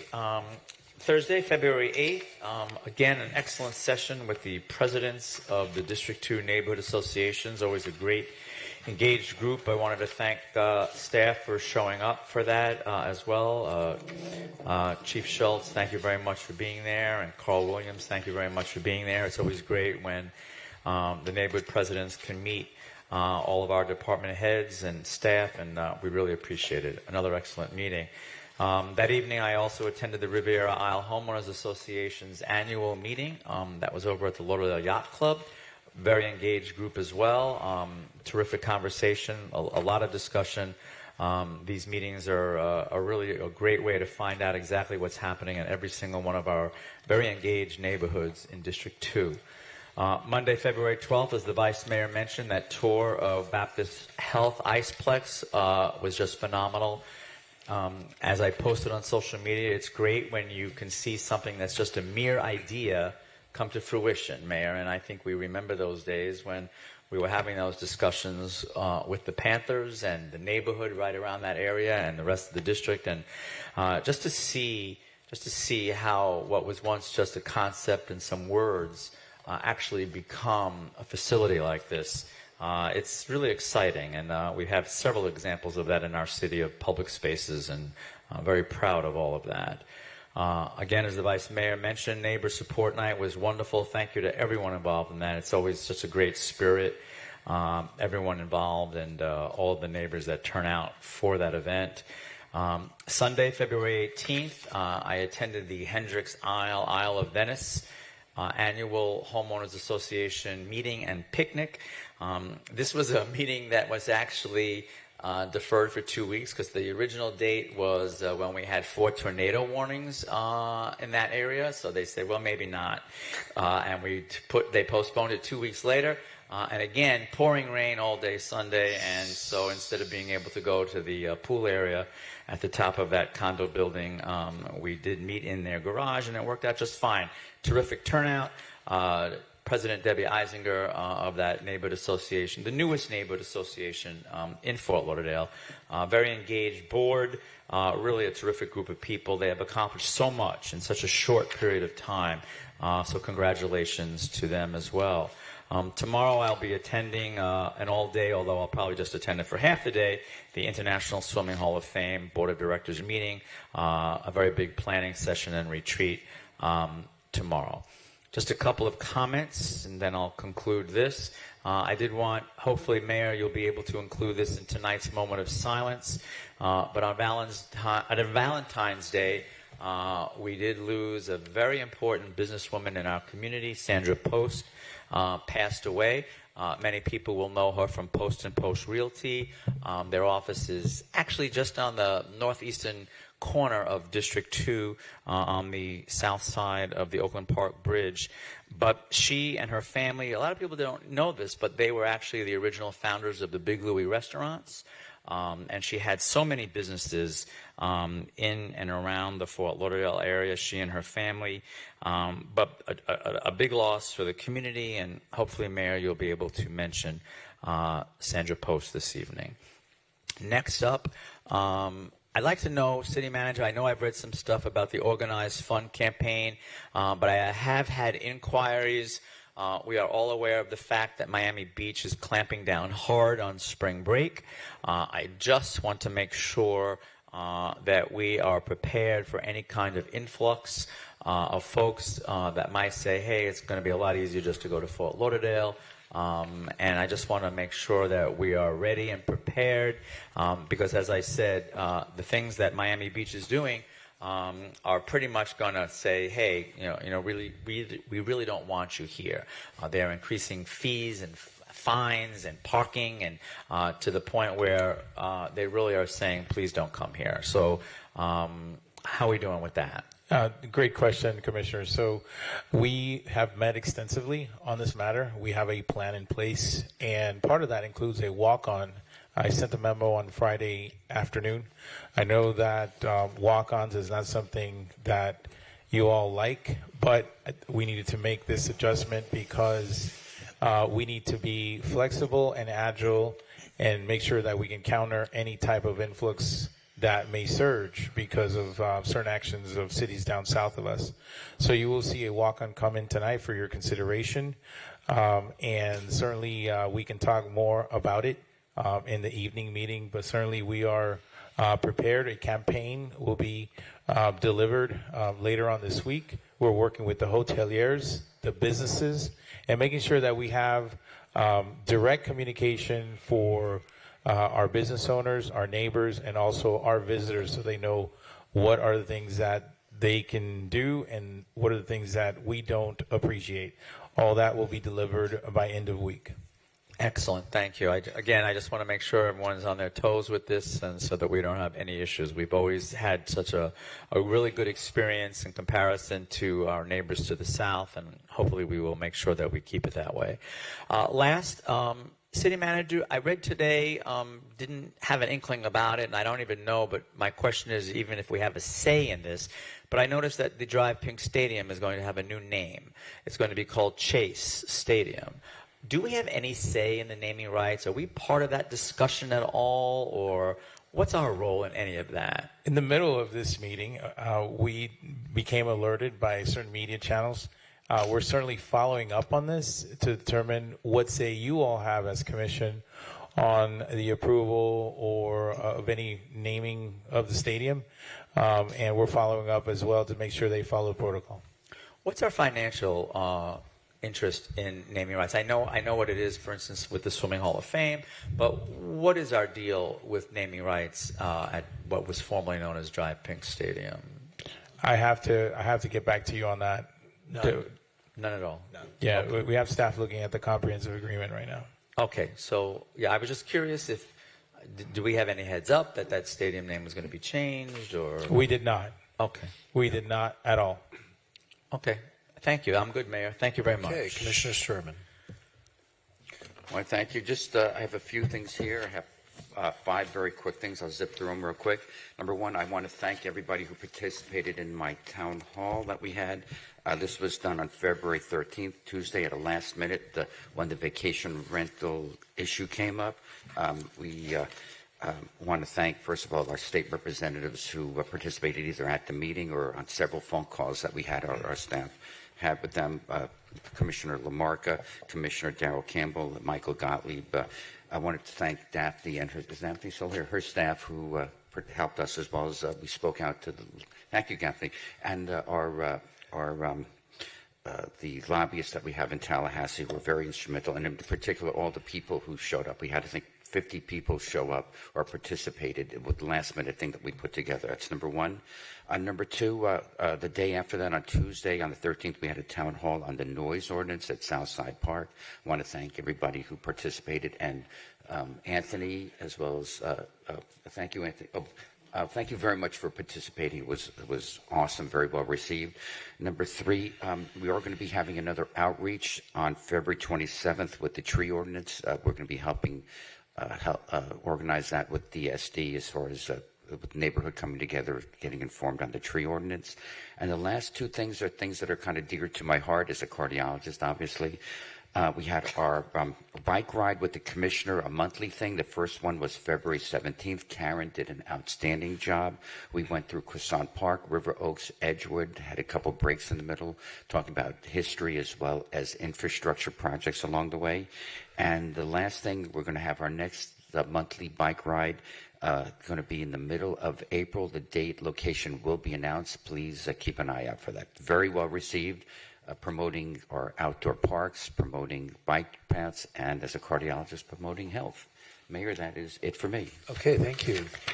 I'm just taking notice that the railroad bridge was between the time it was starting to go down and the time it's going to probably go up is 13 minutes. 13 minutes. Interesting. Just a few announcements. There are a few people who are planning to retire this month, and I'd like to recognize them. Denise Greenstein from the city manager's office. She's worked with us for 17 years. Dana Swisher, assistant police chief. Dana's been with us 25 years. Desiree Laffey, a crime scene investigator, been with us 18 years. And David Carter, battalion chief and fire rescue, 32 years. So thank you for your service, and we really appreciate it.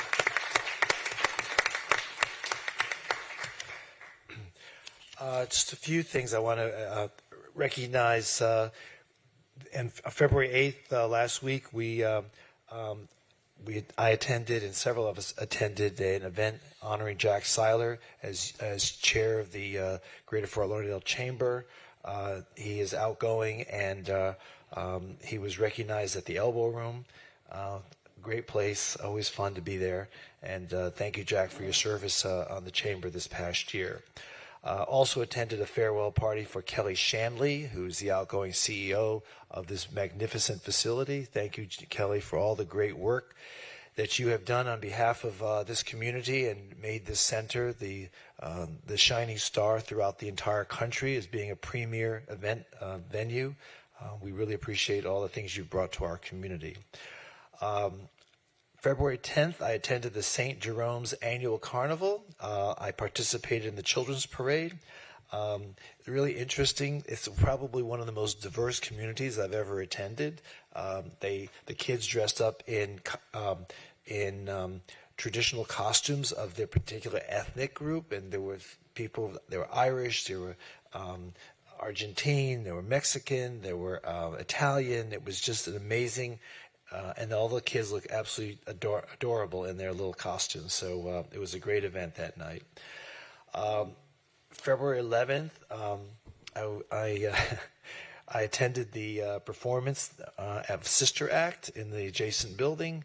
And, Slow Burn is just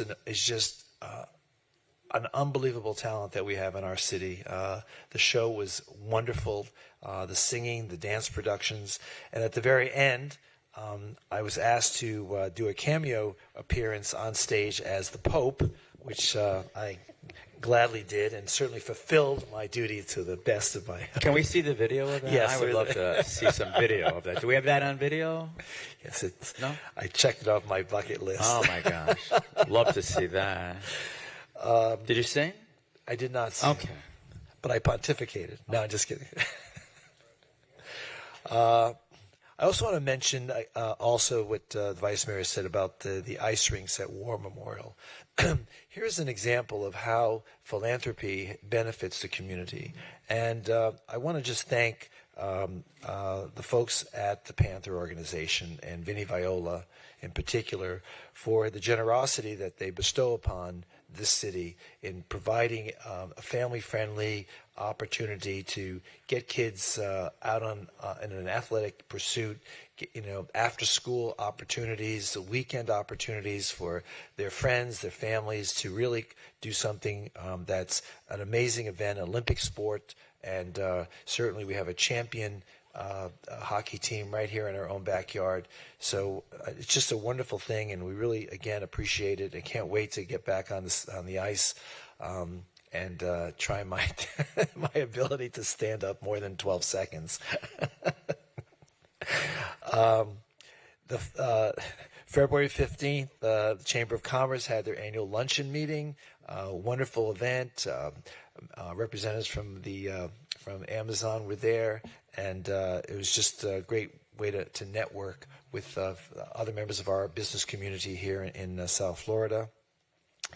And then just a couple things that we're doing going forward. Let's see.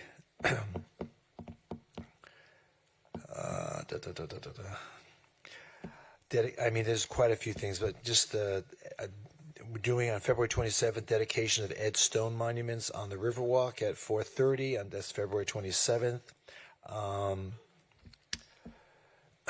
Doing welcome remarks on the 28th of the United Way's National Addiction Solutions Summit at 9:30 at the Riverside Hotel. March 1st, taking a tour of the Miami Tunnel. I think I mentioned this once before.